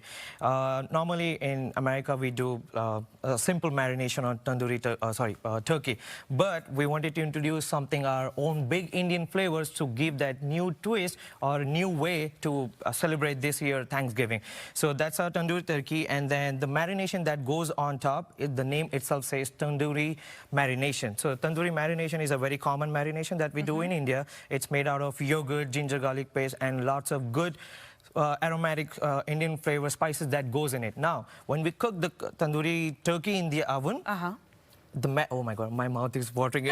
I'm so excited to explain. Watering, so it's okay. When it goes in the oven, and then what happens is yogurt has lots of moisture, and then it's flavored with lots of spices. So when yogurt gets warmed up, it try to convert into those moisture, right? And when the liquid on the moisture that goes on the hot plate, it creates a smokiness, it creates that smoky flavor, and that sits right on top. The first thing that you smell, it's smoke, Indian flavor, and lots of big spices, aromatic that you come say. Now, this year we're doing tandoori turkey and tandoori chicken. Everything goes with the different prices. If you're ordering tandoori turkey cooked, that is possible. If you want to cook tandoori turkey at your home or tandoori chicken at your home, it's different prices, but it will both the birds will be given with cooking instruction or reheating instruction. Oh, so we can just have you do this and then come pick it up and take it to our table. Yeah, if you want us to do the most of the part, cooking, we can do that, and then we're going to give you reheating instructions along with it. That sounds great to me. So we're trying to make this year hassle-free or like stress-free, but just in case if you want to enjoy the cooking with your family members, it's so easy because we have put everything on the paper that tells you step by step how to reheat or how to cook it. Sometimes those instructions don't make it the way you make it, but okay, let's start. This morning we were talking about some of the traditional sides that go with it. I love Indian food, so when I'm looking at this, I'm like, oh yes, okay. Tell me about the sides for a Roop Indian Thanksgiving. So first, I'll start with our makhni sauce. The word makhni means sauce which is a lot of buttery. A buttery sauce. So that goes in it, onion, tomatoes, lots of butter, and spices. And cashew. So cashew is something that makes it smooth, or like a, you know, like a flowy consistency. Now the second side we have is chickpea curry. That's a very simple curry that made out of onion, tomato, and again spices too. Not too spicy. So nothing here is too spicy. So guys, I just want to say that nothing is too spicy. So don't be scared. 1 out of 5. What is your not too spicy? Well, for me, it's really not spicy. And then for American palate too, it's really good. It's not spicy at all. 30 seconds left. So mashed potatoes? Yeah, that's mashed potato, and that's a pulao that has onion, raisins, and cashew. And that's our gulab jamun cheesecake. Yeah, and just in case if anyone has not planned to spend Thanksgiving dinner at home, the restaurant is open this year. So you guys can come in and then enjoy the Thanksgiving dinner with us. And you guys can pre-order the tandoori chicken and tandoori turkey right now. Yogesh, thank you so much for coming in. Chef, you have done it for us, and we know you will do it for so many other people out there. This is the way to go. 9:56 right now. Let's see what's going on upstairs. Paul Chicago.